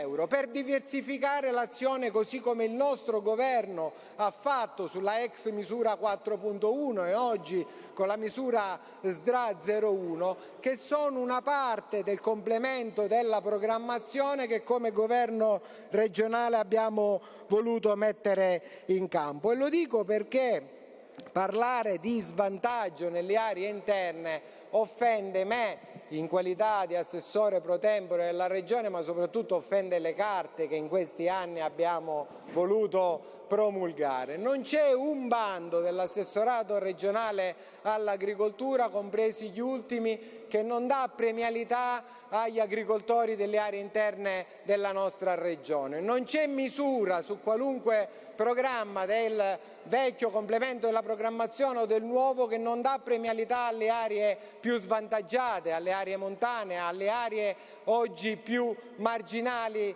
della nostra filiera produttiva, e lo facciamo con il rigore di sapere che chi vive in uno svantaggio competitivo rispetto alle aree più urbanizzate vive una condizione di svantaggio reale rispetto all'immissione nei mercati, ed è per questo che questo bando oggi richiamato nella mozione, onorevole Safina, fa parte di un pezzo di programmazione che scade insieme alla SDRA 01, insieme alla 13 e ai PIF, di quella che è la chiusura della filiera siciliana. Abbiamo voluto mettere in campo, onorevole Safina, delle priorità per i programmi integrati di filiera, e mi dispiace che lei, che ha voluto richiamare la sulla dei campi di Alcamo, non si sia accorto che tra le 3 priorità messe a bando nella nostra regione c'è proprio il comparto cerealicolo, a cui il governo ha dedicato una misura dedicata, dalla produzione primaria del grano alla chiusura della filiera del trasformato. Perché parlare oggi purtroppo in quest'Aula della grave crisi che svantaggia i produttori di grano, mi auguro che sarà una breve parentesi rispetto al lavoro che dovremo fare nelle prossime settimane, perché il programma dell'assessorato regionale all'agricoltura, mi auguro, grazie all'aiuto di questo Parlamento, potrà guardare una volta per tutte al comparto cerealicolo. Viviamo in queste giornate a una svalutazione sempre maggiore del prezzo della materia prima della nostra regione. Parliamo di percentuali di centesimi che oggi vedono pagare neanche lo sforzo degli agricoltori siciliani, e mi auguro che sulla filiera del grano questo Parlamento possa ritrovare attenzione già nelle prossime manovre economiche. Sui 2 criteri contestati nella mozione della bancabilità e della cantierabilità, io ci tengo a precisare che sono 2 criteri di rigore e 2 criteri che danno finalmente giustizia, consentitemelo di dire, a tanti che per anni attendono che l'amministrazione regionale dia 2 regole basilari di una competizione per trasparenza di fondi pubblici: la competitività, ma soprattutto i tempi certi dell'erogazione del finanziamento. Io nel 2022 ho ereditato bandi del collega Cracolici del 2016, ho ereditato decreti che non venivano emanati dalla nostra regione da oltre 10 anni, e credo che sia doveroso nei confronti del mondo produttivo siciliano garantire 2 regole di equità: i tempi della buona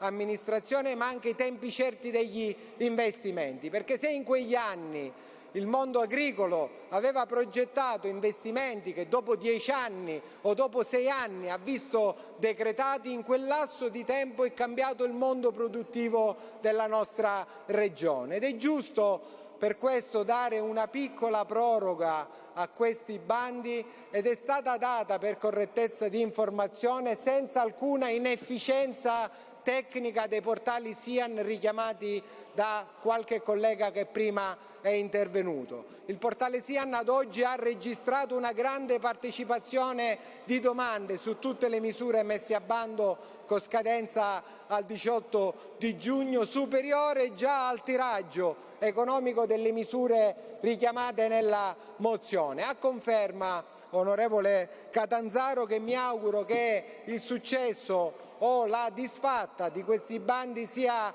derivata dalla richiesta di partecipazione del mondo produttivo. E poi un'ultima precisazione, onorevoli colleghi, onorevole Sunseri, perché è stato sollevato. Tutti i bandi dell'assessorato regionale all'agricoltura vengono approvati da un comitato di monitoraggio che vota le schede di misura con le griglie di valutazione che vengono espresse, così come cita il regolamento comunitario.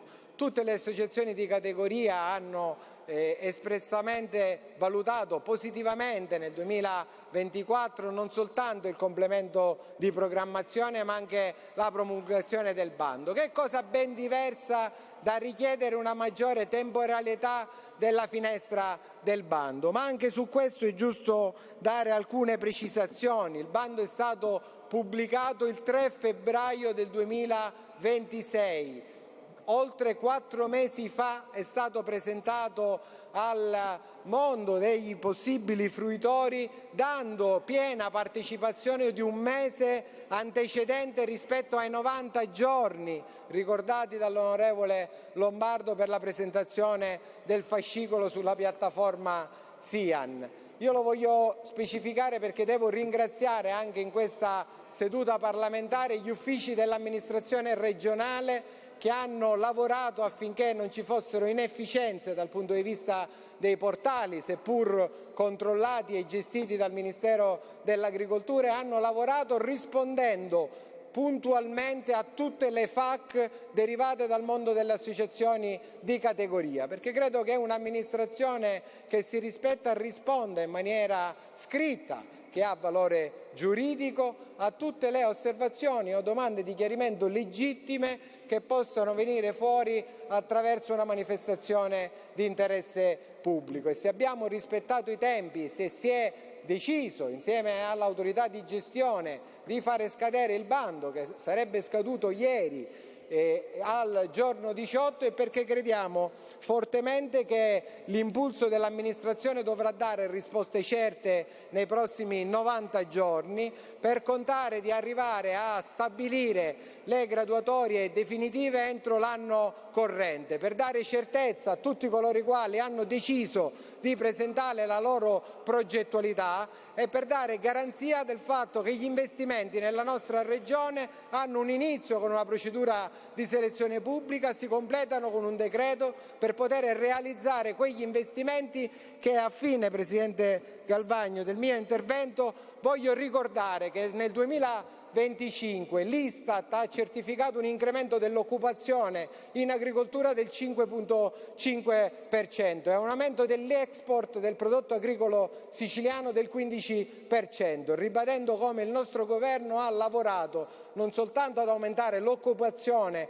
in agricoltura, ma superando i periodi di grave siccità e criticità colpite dalle eventi calamitosi, è riuscito a fare portare il prodotto agricolo siciliano per 15 punti percentuali oltre la previsione dell'Istat del 2024. Credo che sia un risultato ascrivibile a questo Parlamento e non soltanto al Governo, perché con risorse di bilancio della Regione, grazie all'impegno di questo Parlamento, si è riuscito a lavorare su un comparto che oggi richiama l'attenzione di quest'Aula e che mi auguro che nelle prossime settimane sarà richiamato sempre con la stessa attenzione a guardare a nuove misure, a nuovi interventi, perché il comparto produttivo primario, ricordo a me stesso, nella nostra regione è il pilastro fondamentale del PIL della nostra isola e ci consente oggi di guardare con ottimismo ai prossimi anni. Una chiosa, Presidente dell'Assemblea, me la consenta, da rivolgere a tutti coloro i quali oggi hanno un'aspettativa diversa rispetto a queste misure a investimento. Un bando non è uguale per tutti e non lo può essere, si orienta in base alle esigenze di mercato e in base alle finalità del raggiungimento degli investimenti. Io mi auguro che con le risorse, onorevole Lombardo, del programma operativo e del PSP 23-27 si potrà anche immaginare di ancora di più aiutare, oltre al bando dell'ex 4.1 con soglie più basse, anche a una nuova platea. Ho già parlato con i miei uffici e mi auguro che nelle prossime settimane dalle pieghe del programma comunitario potrà essere promosso anche un ulteriore bando che riguardi i giovani e i piccoli imprenditori, ma soprattutto tutti coloro i quali hanno altre necessità e che non hanno potuto partecipare al bando dell'anno scorso e che parteciperanno, mi auguro, alla nuova programmazione. Grazie. Quindi, Assessore, il parere sulla mozione numero 3 è contrario.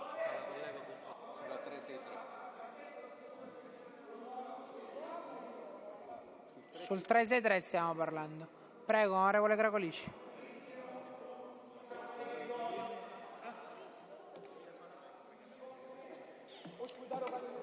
No, io la ringrazio per i complimenti, non li ho capiti i complimenti perché sinceramente ha detto tante cose che mi ha fatto perdere, diciamo, il filo del suo ragionamento. Ho sentito che lei ha ricordato, non so se contestandolo, se apprezzandolo, il fatto che nel periodo in cui io sono stato assessore all'agricoltura ho pubblicato il bando della misura 4.1 con un limite di impegno di 5 milioni di euro per progetto presentato. Io non solo lo rivendico ma lo rifarei, sapendo bene che qualcuno non era d'accordo, ma soprattutto quel qualcuno, ascoltatemi colleghi, quel qualcuno omette di dire una verità. Prima della misura 4.1 c'è stata la 131, com'era? Del vecchio PSR 713. Ebbene, è giusto ricordare che l'87% di quel bando che riguardava gli investimenti in agricoltura è stato utilizzato per finanziare l'acquisto di trattori. L'87% delle misure che riguardavano l'investimento e quindi l'ammodernamento delle nostre aziende agricole ha riguardato soprattutto l'acquisto di trattori. Cosa utile? Ma se l'87% si limita a sostituire il vecchio trattore con un nuovo trattore, non stiamo innovando nel sistema agricolo, stiamo usando un mezzo più moderno per continuare attività lavorative secondo modelli tradizionali che, a mio avviso, allora come ora, costituiscono una grave limitazione ad un'agricoltura che in Sicilia, lo ripeto sempre perché spesso noi siamo i peggiori comunicatori di noi stessi. L'agricoltura in Sicilia è migliore di come noi la raccontiamo. Il patrimonio agricolo, le aziende agricole che operano nella nostra regione, ve ne sono moltissime, non alcune, moltissime di straordinaria qualità. E spesso noi tendiamo a rappresentarli anche per colpa delle stesse aziende, le quali hanno un paradosso: pur facendo qualità e avendo importanti mercati internazionali e nazionali di stoccaggio e di vendita del proprio prodotto, moltissime aziende tendono a nascondersi, ad avere, come dire, il cosiddetto volare basso, anche per fatti culturali, per mille ragioni. Allora io dico sempre, noi dobbiamo aiutare questa terra, certo a sostenere l'agricoltura che è il settore primario della nostra regione, ma anche a dare maggiore valore a ciò che oggi facciamo. E lo si dà innanzitutto aiutando all'ammodernamento del sistema produttivo. Quella misura che è stato ricordato prevedeva un limite massimo di 5 milioni. Purtroppo, dico io, sa qual è la media che sono stati dei progetti presentati nella 4.1 del bando del 2016? Anche questo, io, come si è spesso, nessuno di voi mi ha sentito parlare in questi anni di cose sulle quali sono stato impegnato nella qualità di assessore. Io penso che chi fa l'esperienza di governo, chiusa l'esperienza di governo, non deve vivere di nostalgia, quindi con una sorta di quando c'ero io. Non mi sono mai permesso di giudicare il lavoro degli altri, se non quando parliamo di fatti politici, di fatti. Ma attenzione, io penso che proprio il settore agricolo dobbiamo in qualche modo aiutare a evitare alcune storture che continuano a esserci nel sistema. Dicevo, sapete qual è la media delle istanze presentate sulla 4.1? Malgrado vi fosse un limite, e quel limite, Assessore, lei lo ha ricordato a proposito del limite massimo, ma le voglio ricordare che la 4.1 prevedeva anche una doppia situazione.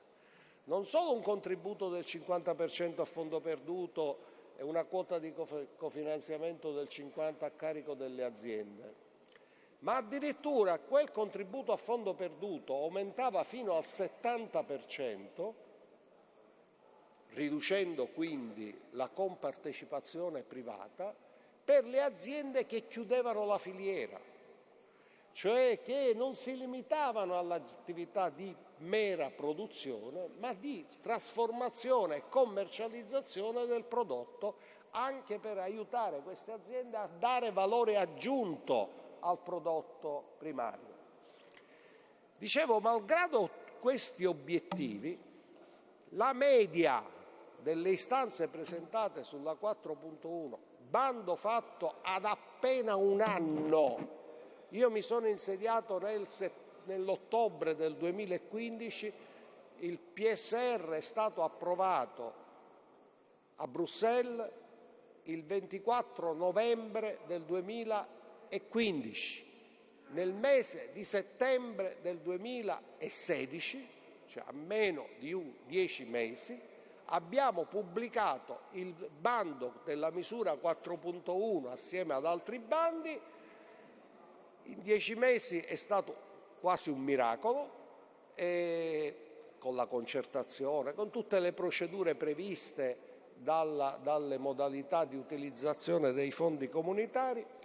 La media di richieste da parte degli imprenditori è stata per 1.200.000 euro. Cioè, malgrado il limite di 5 milioni, la soglia media di istanze presentate si è attestata attorno a 1.200.000 euro. Questo che vuol dire? Che se non avessimo messo quel limite più alto rispetto ai 2,5 milioni della vecchia programmazione, che aveva generato l'87% di acquisto trattori, quindi finanziamenti di 350, 400.000 euro, insomma ognuno aveva la Ferrari in campagna, ma poi sostanzialmente l'attività di modernizzazione dei sistemi produttivi, di irrigazione, di tutto ciò che riguarda la gestione della filiera nel settore agricolo, se non avessimo messo quell'impegno la media sarebbe stata molto più bassa. Allora, perché voglio ricordare queste cose? Io sono contrario al pauperismo con cui spesso raccontiamo l'agricoltura siciliana. Dobbiamo aiutare i poveri agricoltori. In Sicilia poveri non sono gli agricoltori. Che fanno gli agricoltori? Altro sono gli agricoltori che vivono solo di contributo, che spesso non sono neanche produttori. Perché vorrei ricordare che la Sicilia è una delle più importanti regioni dal punto di vista dei contributi erogati, sia con la PAC, sia col famoso biologico. Noi eravamo, credo che lo siamo ancora, non so se ancora sono cambiate le regole, e finisco, eravamo la più grande regione d'Europa ad avere un'estensione e quindi delle risorse impegnate in tal senso per le coltivazioni biologiche. Ma sapete qual è il paradosso? Che siamo la prima regione d'Europa per coltivazione biologica, ma non siamo la prima regione in Europa e siamo sotto la metà delle regioni europee per la commercializzazione in biologico. Cosa vuol dire? Vuol dire che io mi prendo il contributo per coltivare in biologico, ma non mi pongo il problema della mia produzione che in biologico avrebbe e darebbe un valore aggiunto alla stessa produzione. Quindi noi in questo momento stiamo sprecando ingenti risorse verso una modalità giusta di coltivazione, ma che se non diventa anche produzione è un delitto contro l'umanità e contro l'economia siciliana. Allora chiudo. L'agricoltura è un settore che bisogna conoscere e non bisogna inseguire i grilli parlanti che ci sono in giro. Io non so se gli è capitato all'assessore, ma a me è capitato.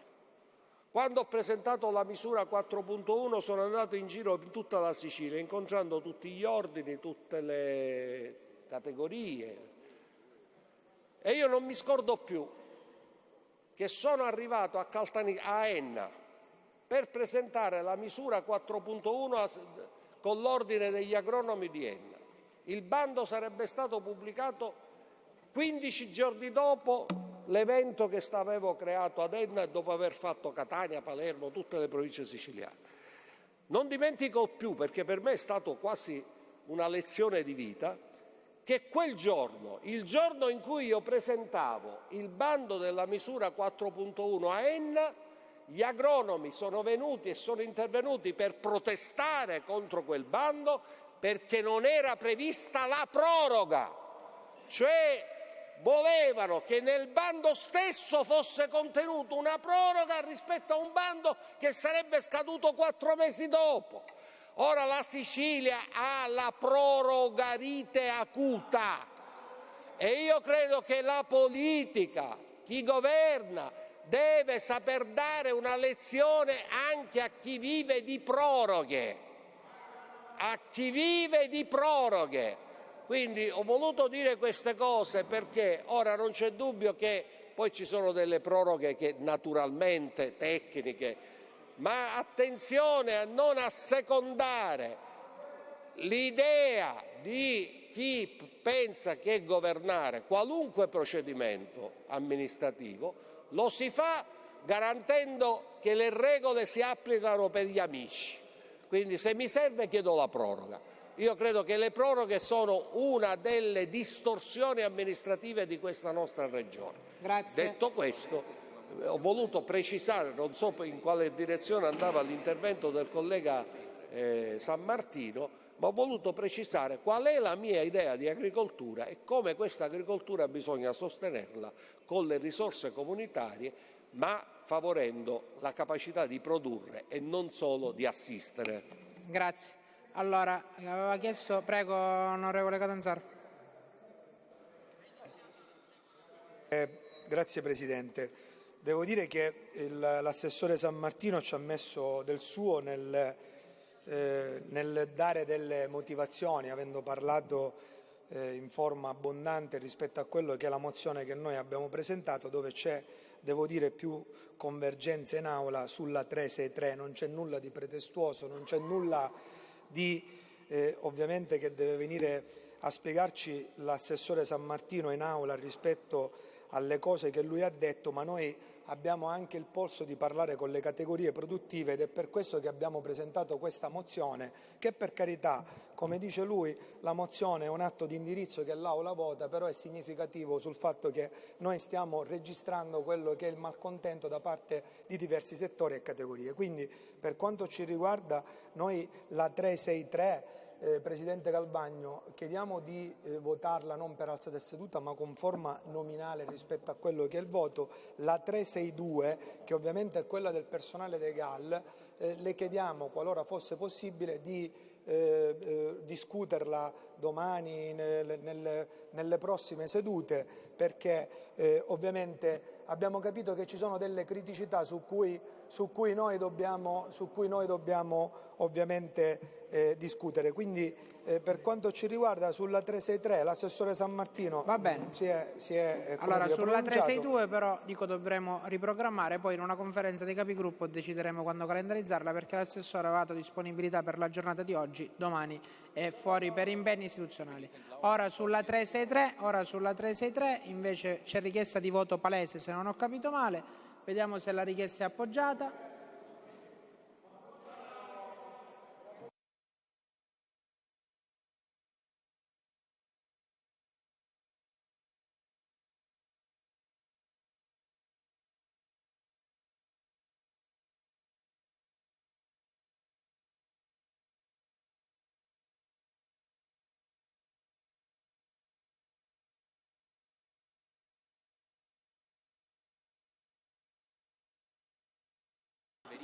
Intanto verifica richiedenti, vediamo se è appoggiata. È appoggiata. Allora mettiamo in votazione la mozione numero 363. Chi è favorevole alla mozione voti verde, chi è contrario voti rosso. La votazione è aperta.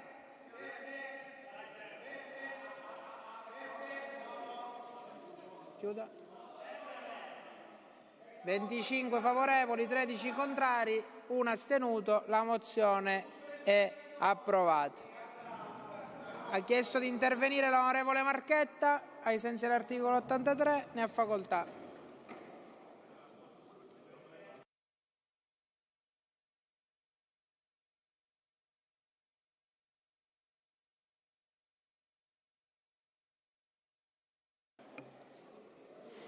Poi ha chiesto di intervenire l'onorevole Giambona, Spada e basta.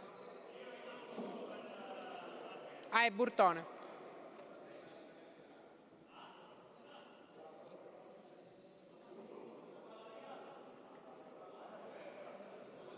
L'onorevole Di Paola dov'è? Onorevole Di Paola, l'aspetto qui. Sì, venga, venga. Signor Presidente, onorevoli colleghi, intervengo oggi per richiamare l'attenzione dell'Aula e del Governo regionale su quella che considero una delle emergenze più gravi e meno affrontate della nostra isola: il drammatico calo delle nascite e la continua immigrazione dei giovani siciliani. Spesso discutiamo di infrastrutture, di sanità, di sviluppo economico, di fondi europei e di investimenti. Tutto questo è importante, ma dobbiamo avere il coraggio di porci una domanda semplice: per chi stiamo costruendo il futuro della Sicilia se ogni anno diminuisce il numero di siciliani che vivono, lavorano e formano una famiglia nella nostra terra? La Sicilia sta vivendo una vera e propria emergenza demografica. Sempre meno bambini nascono nei nostri comuni e sempre più giovani sono costretti a lasciare l'isola per cercare altrove opportunità di lavoro, stabilità e prospettive di vita. Dietro questi numeri ci sono storie umane, ci sono famiglie che vedono partire i propri figli. Ci sono nonni che possono abbracciare i propri nipotini solo durante le festività. Ci sono intere comunità che si spopolano lentamente, perdendo energie, competenze e speranze. Non possiamo considerare tutto questo un fenomeno inevitabile. Non possiamo limitarci a registrare statistiche sempre più preoccupanti senza intervenire con decisione. La politica regionale deve assumere questa sfida come una priorità assoluta. Occorre sostenere concretamente le giovani coppie, favorire l'accesso alla casa, incentivare l'occupazione stabile, rafforzare i servizi per l'infanzia e sostenere la maternità e la paternità. Dobbiamo creare le condizioni affinché un giovane siciliano possa scegliere di restare nella propria terra senza sentirsi penalizzato rispetto a chi decide di partire.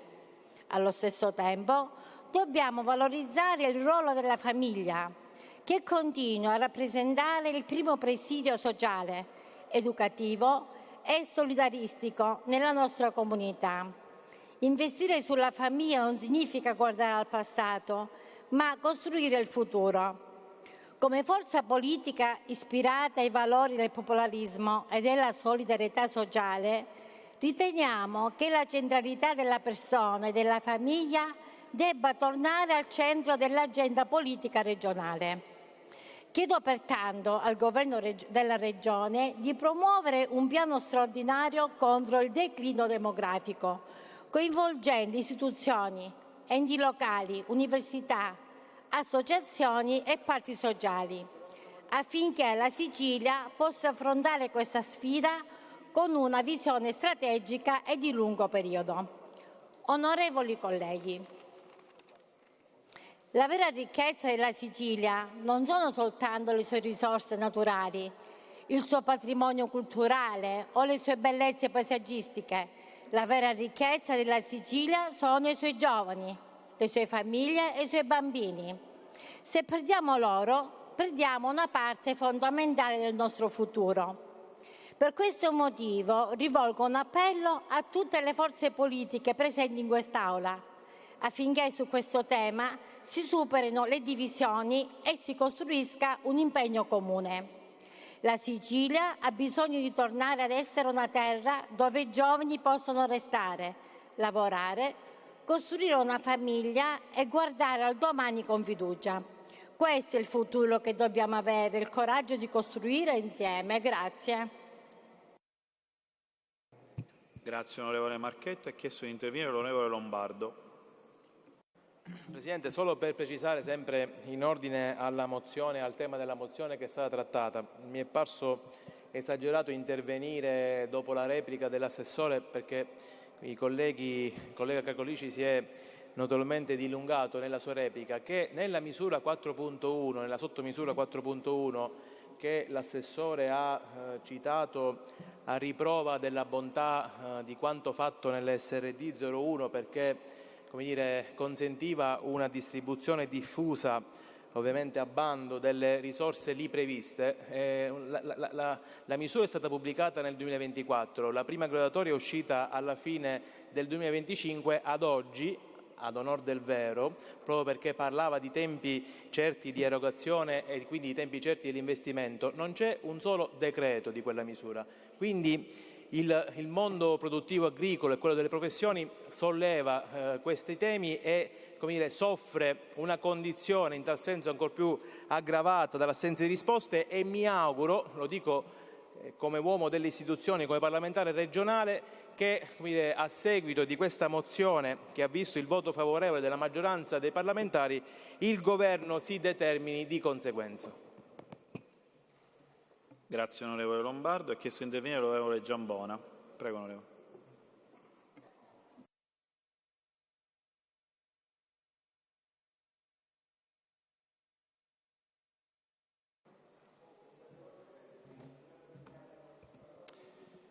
Grazie Presidente, onorevoli colleghi.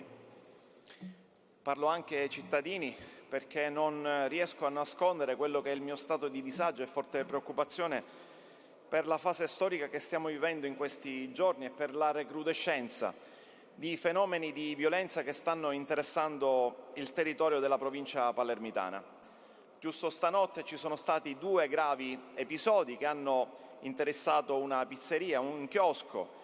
Ad entrambi sono state date le fiamme e sono solamente gli ultimi di una grave escalation di violenza che ha interessato solamente negli ultimi 2 mesi ben 9 episodi di attività andate a fuoco, di colpi di Kalashnikov, di attività criminose di ogni ordine e grado che sono riconducibili al racket delle estorsioni. Una situazione estremamente grave che oggi sta vivendo la nostra Sicilia e in particolare la provincia di Palermo.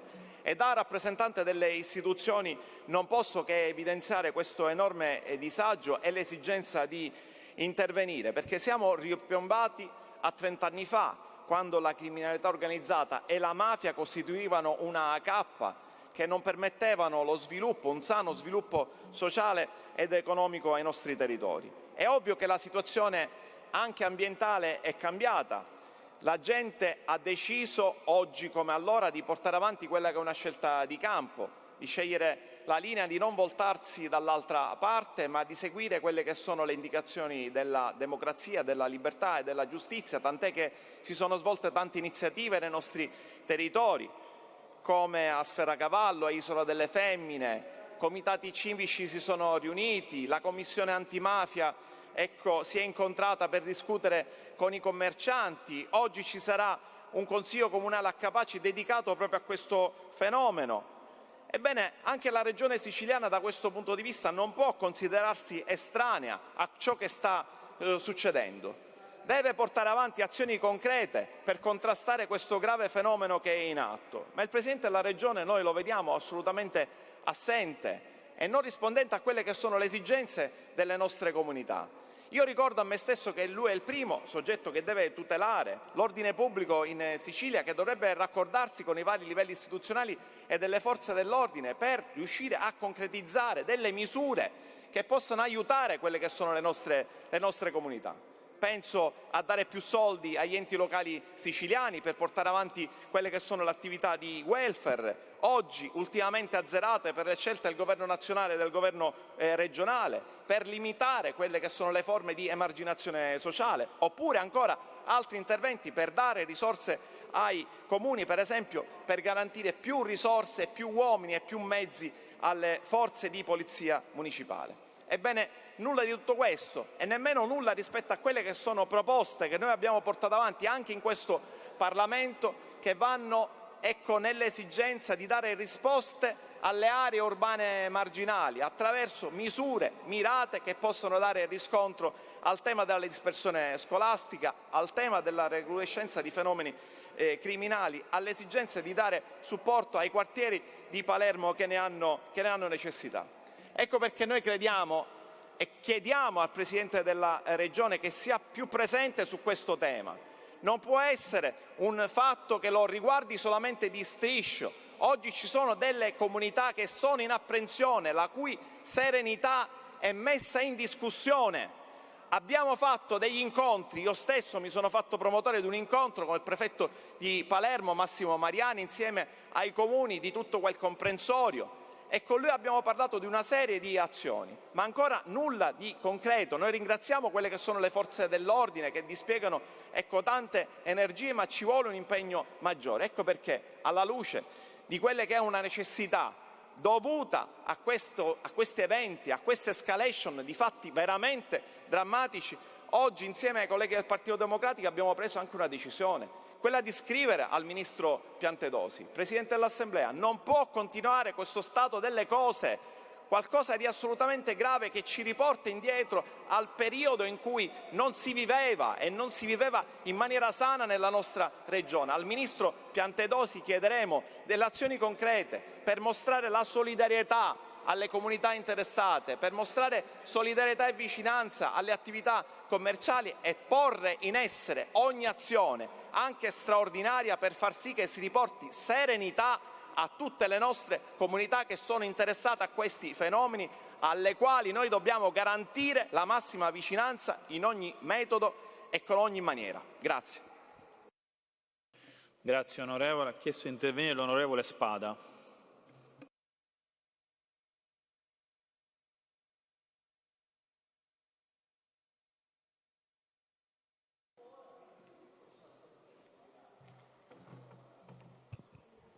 Grazie signor Presidente, onorevoli colleghi, Assessore Rico. Oggi intervengo per sottoporre all'Aula, ma soprattutto al Governo, una questione che interessa non solo la provincia di Siracusa, ma tutta la Sicilia. Da qualche settimana è stato cambiato l'assessore alla sanità, che ha sostituito la dottoressa Faraoni. Un assessorato che ha lasciato degli strascichi e che oggi stanno pagando i territori. L'assessore Faraoni, nell'ultima delibera che ha fatto sulla rete di prevenzione dei malati oncologici, ha confermato tutti i posti previsti all'interno delle varie ASP. Questo ha comportato che in provincia di Siracusa, una provincia, ricordo essere ad alta densità industriale, una provincia che ha il più grosso petrolchimico d'Europa, una provincia che ha un tasso tumorale importante e significativo, che ha attivo solamente 8 posti in hospice, 8 su 32, perché ricordiamo sono previsti 8-10 posti ogni 100.000 abitanti, e questo sta creando una difficoltà seria in una provincia che, ripeto, essere ad alta densità industriale e che oggi, a seguito anche di tutti gli eventi che si stanno verificando, rischia di incrementare ancora di più i posti necessari nei confronti dei malati oncologici terminali. E voi potrete dire che è prevista magari la possibilità di avere un'assistenza domiciliare per questi soggetti, ma non tutti hanno la possibilità di essere curati a casa, non tutti hanno alle spalle una famiglia, non tutti hanno un'assistenza H24 e sentire quotidianamente l'assenza di questi posti, l'assenza delle istituzioni, l'assenza della sanità in provincia di Siracusa e a livello regionale è un colpo al cuore, e lo dico da parlamentare regionale, lo dico da sindaco di un comune di questa terra, che non possiamo far finta di non vedere. Noi oggi abbiamo la necessità di far fronte a questa problematica, abbiamo la necessità di dare delle risposte, anche perché è inserito all'interno dei LEA. E quindi non possiamo far finta che non esistano questi soggetti, non possiamo fare a meno di dare un supporto concreto a chi oggi vive questo male incurabile e che rischia di viverlo in solitudine e che rischia di viverlo magari a casa senza l'assistenza adeguata. Quindi, Assessore Aricò, spero si possa fare carico, inteso come Governo, di questa problematica e soprattutto che si possa in tempi brevi anche sbloccare situazioni come quelli che si stanno verificando a Siracusa, dove ci sono strutture, realtà magari organizzati ad accogliere questi soggetti, ma che per questioni burocratiche ancora oggi non sono stati attivati. C'è una richiesta importante, c'è una necessità territoriale, dimostriamo almeno in questa situazione di essere all'altezza del compito che ci hanno attribuito i siciliani tutti. Grazie. Grazie onorevole Spada. Chiesto di intervenire l'onorevole Burtone. Prego onorevole.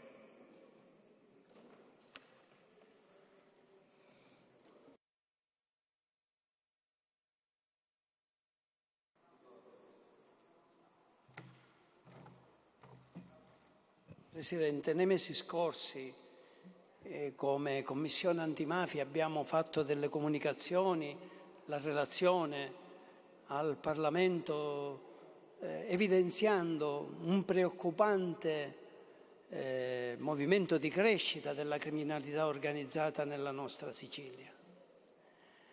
Ci siamo poi più volte messi in moto per approfondire alcuni aspetti e da quest'Aula abbiamo anche lanciato un allarme, l'allarme di uno dei sintomi evidenti di questa crescita, che è la crescita l'aumento del racket nelle nostre comunità, non solo a Palermo. Io ho riportato quelli che sono stati fatti gravi che hanno visto purtroppo alcuni atti criminali di estorsioni nel Catanese, in particolare a Caltagirone, nell'area di Aci Castello, un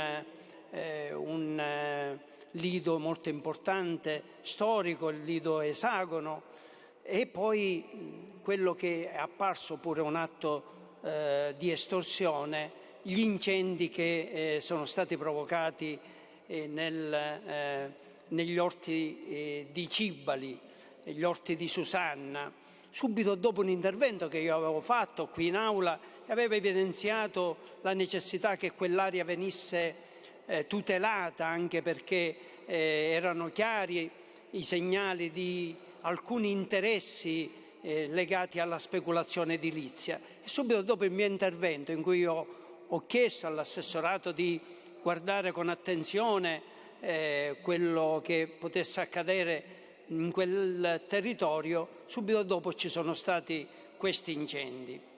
Ora, vede Presidente, si sono ulteriormente rafforzati alcuni segnali, non solo delle corse clandestine caratterizzate anche da spari che alcuni con anche armi abbastanza preoccupanti hanno messo in evidenza come segno di forza da parte degli organizzatori. Ma ci sono stati alcuni anche segnali importanti, arresti proprio ieri di un clan presente nella comunità catanese, la diffusione continua di droga, in modo particolare del crack.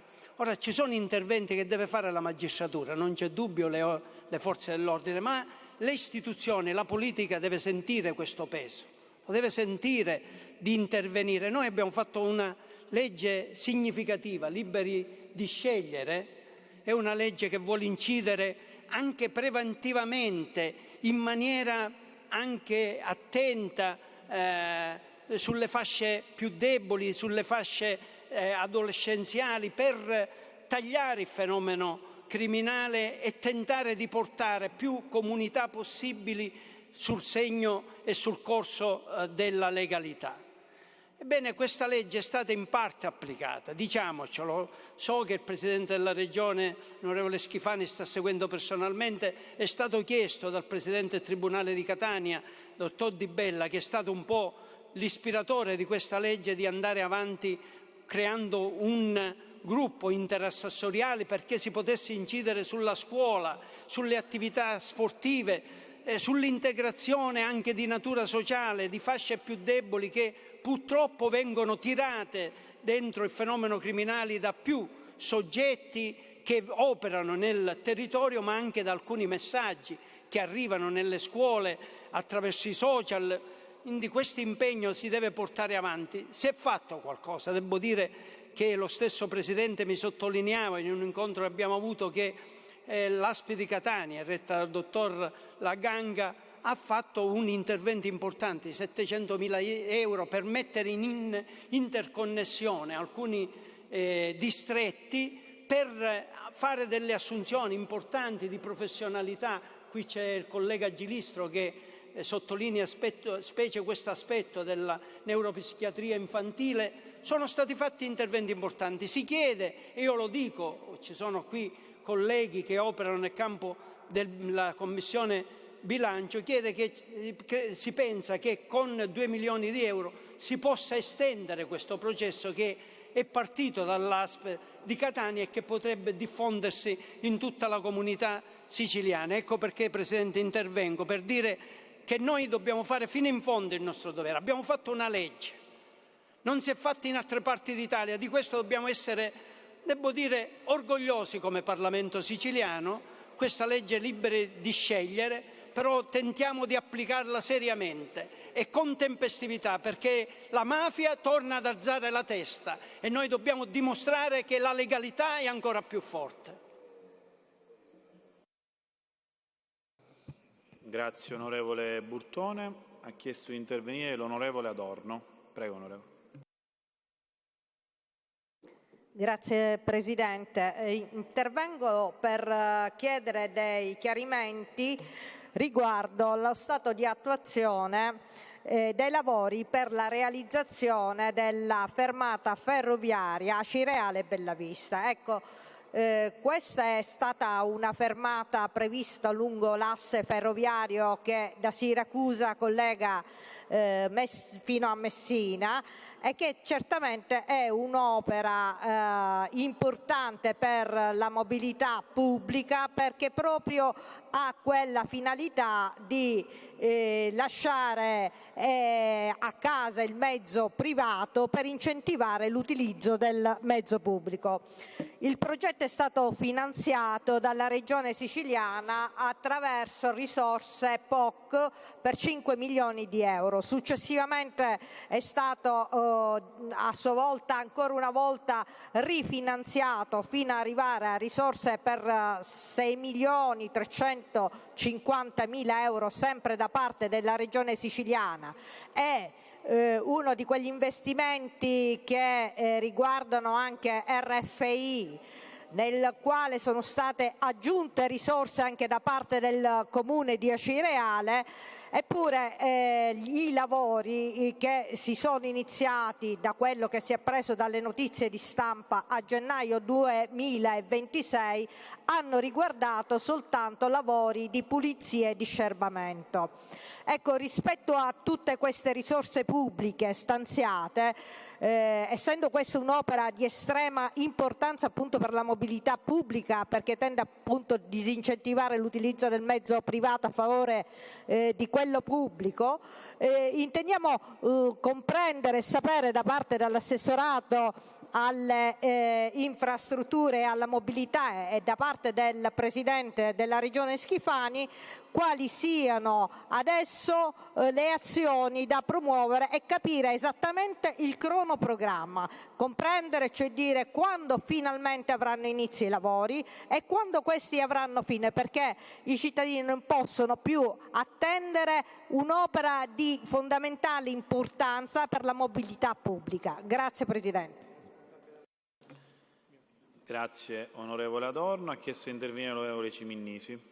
Onorevole Giristro, lei poi vuole intervenire? Interviene? Prego.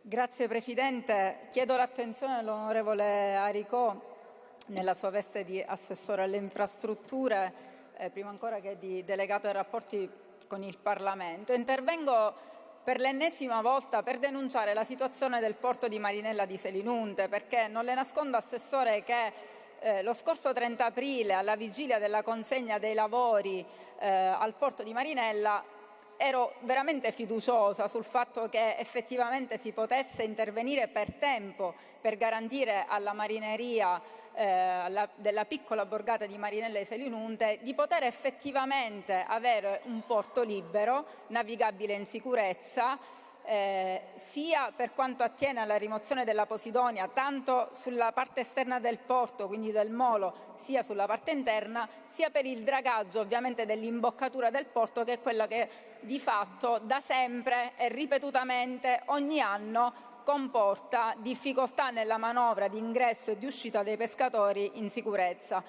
E siamo nel mese di giugno ed è chiaro che queste difficoltà e le proteste che giustamente si sono levate dai pescatori di Marinella sono più che comprensibili, perché quando le risposte del governo tardano ad arrivare è normale che poi le difficoltà si trasformano in protesta. Quindi il mio intervento oggi è veramente un appello, l'ennesimo, Assessore Aricò, affinché veramente sul porto di Marinella di Selinunte si possano trovare delle soluzioni tecniche che consentano di provvedere nel più breve tempo possibile alla soluzione del problema che preme di più ai pescatori, che è la liberazione dell'area proprio portuale in senso stretto, non solo quella adiacente, che comprendiamo che probabilmente per ragioni tecniche deve essere pur fatta. E poi un'altra questione che riguarda un altro porto regionale della provincia di Trapani, che è il porto di Bonagia, rispetto al quale abbiamo visto negli anni, così come è stato anche per il porto di Marinella di Selinunte, anni e anni di promesse elettorali, promesse che nella programmazione dell'FSC 21-27 si erano tradotte in uno stanziamento di 34 milioni di euro per l'intervento sul porto di Bonagia, e rispetto al quale invece oggi ci giunge la notizia di una possibile riprogrammazione volta a stornare queste risorse verso altri interventi. Naturalmente su questo anticipo che ci presenterò sia una richiesta di audizione in Commissione Unione Europea, trattandosi di fondi sviluppo e coesione 21-27, probabilmente anche un'interrogazione parlamentare, però è chiaro che c'è un'intera provincia che su due strutture portuali su cui da anni si susseguono le campagne elettorali del centrodestra, oggi di fatto non abbiamo delle risposte reali. Né i pescatori di Marinella di Selinunte ce le hanno e siamo alla metà di giugno, né a quanto pare probabilmente ce l'avranno i valdericini per quanto riguarda il porto di Bonagia, che pure è stato sbandierato ai 420 come un intervento sicuro. Su questo ci aspettiamo serie risposte, Assessore Aricò. perché la provincia di Trapani non è secondaria a nessun'altra provincia e ci aspettiamo che gli impegni presi da questo governo siano mantenuti dal primo all'ultimo. Grazie. Grazie. Onorevole Giristro. Onorevole Giristro, deve intervenire? Grazie. Prego. Grazie Presidente, grazie Assessore di essere rimasto, le sono grato. Colleghi onorevoli, oggi Presidente abbiamo discusso in quinta commissione su una legge importante che riguarda l'educazione sessuaffettiva nelle scuole. Con l'onorevole Ciminnisi abbiamo discusso e gli altri colleghi su quella che è l'opportunità e l'importanza di questa educazione sessuaffettiva nelle scuole. Nei giorni scorsi, oggi abbiamo discusso anche, c'era il direttore dell'ufficio scolastico regionale e abbiamo parlato di quest'ultimo, chiamiamolo decreto, che il ministro Valditara ha propagato per quello che riguarda che questa educazione deve essere ammessa e firmata dai genitori. Cioè, solo i genitori possono decidere se questi ragazzi possono avere e partecipare a questa formazione sull'educazione sessuaffettiva. Io credo che questo sia una gravissima interferenza per quello che riguarda il compito della scuola. Assolutamente è importante che la scuola rimanga il pilastro libero e che sia la scuola a decidere quali sono i compiti istruttivi per quello che riguarda la formazione anche educativa dei nostri ragazzi.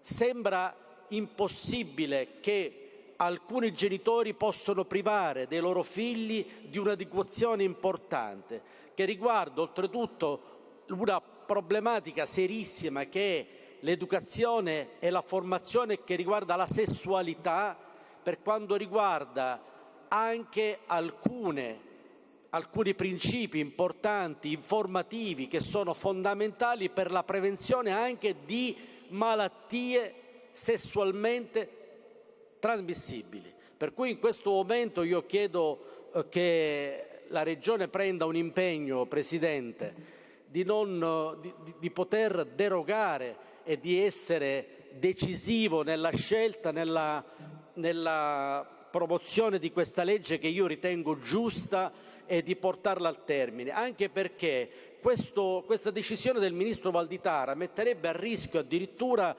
la lettura di saggi e di passi della letteratura antica che riguardano situazioni che potrebbero essere disturbanti per i nostri ragazzi, per i nostri figli. A questo punto, Presidente, io chiedo che questa Assemblea questa Regione possa veramente decidere come poter aiutare le famiglie, i genitori in questo percorso ormai difficile. Il genitore non può essere sempre il genitore in un momento di grande fragilità, essere responsabile sempre di tutto quello che accade ai propri figli. Io credo che la scuola e gli insegnanti sanno veramente dare una giusta educazione a questi ragazzi. Non credo che un insegnante possa mai fare qualcosa che non sia il benessere assoluto della formazione e dell'educazione dei nostri bambini. Grazie. Grazie onorevoli, ho completato con gli interventi. Se l'assessore Aricò vuole replicare alle sollecitazioni che sono arrivate dai colleghi d'Aula, prego.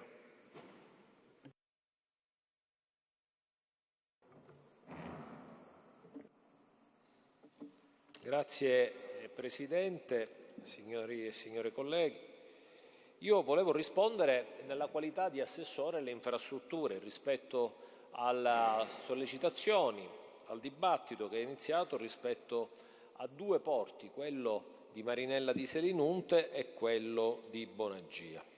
Innanzitutto vorrei capire cosa si intenda per promesse elettorali, perché qui si rischia, e le parole valgono come macigni, si rischia di far interpretare a chi ci ascolta da casa che il sottoscritto sia potuto andare in un momento elettorale a prendere degli impegni non mantenuti. Niente di più falso.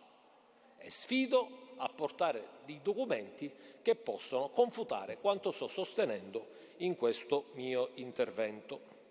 Dopodiché, per quanto riguarda Marinella di Selinunte, l'assessorato aveva predisposto il finanziamento per la rimozione della Posidonia. Io stesso sono andato a fare il sopralluogo, ad annunciare l'inizio dei lavori che c'è stato ed è stato bloccato. Dopodiché voglio annunciare che già quanto dichiarato e quanto comunicato alle autorità competenti, lunedì riprenderanno i lavori per la rimozione della Posidonia.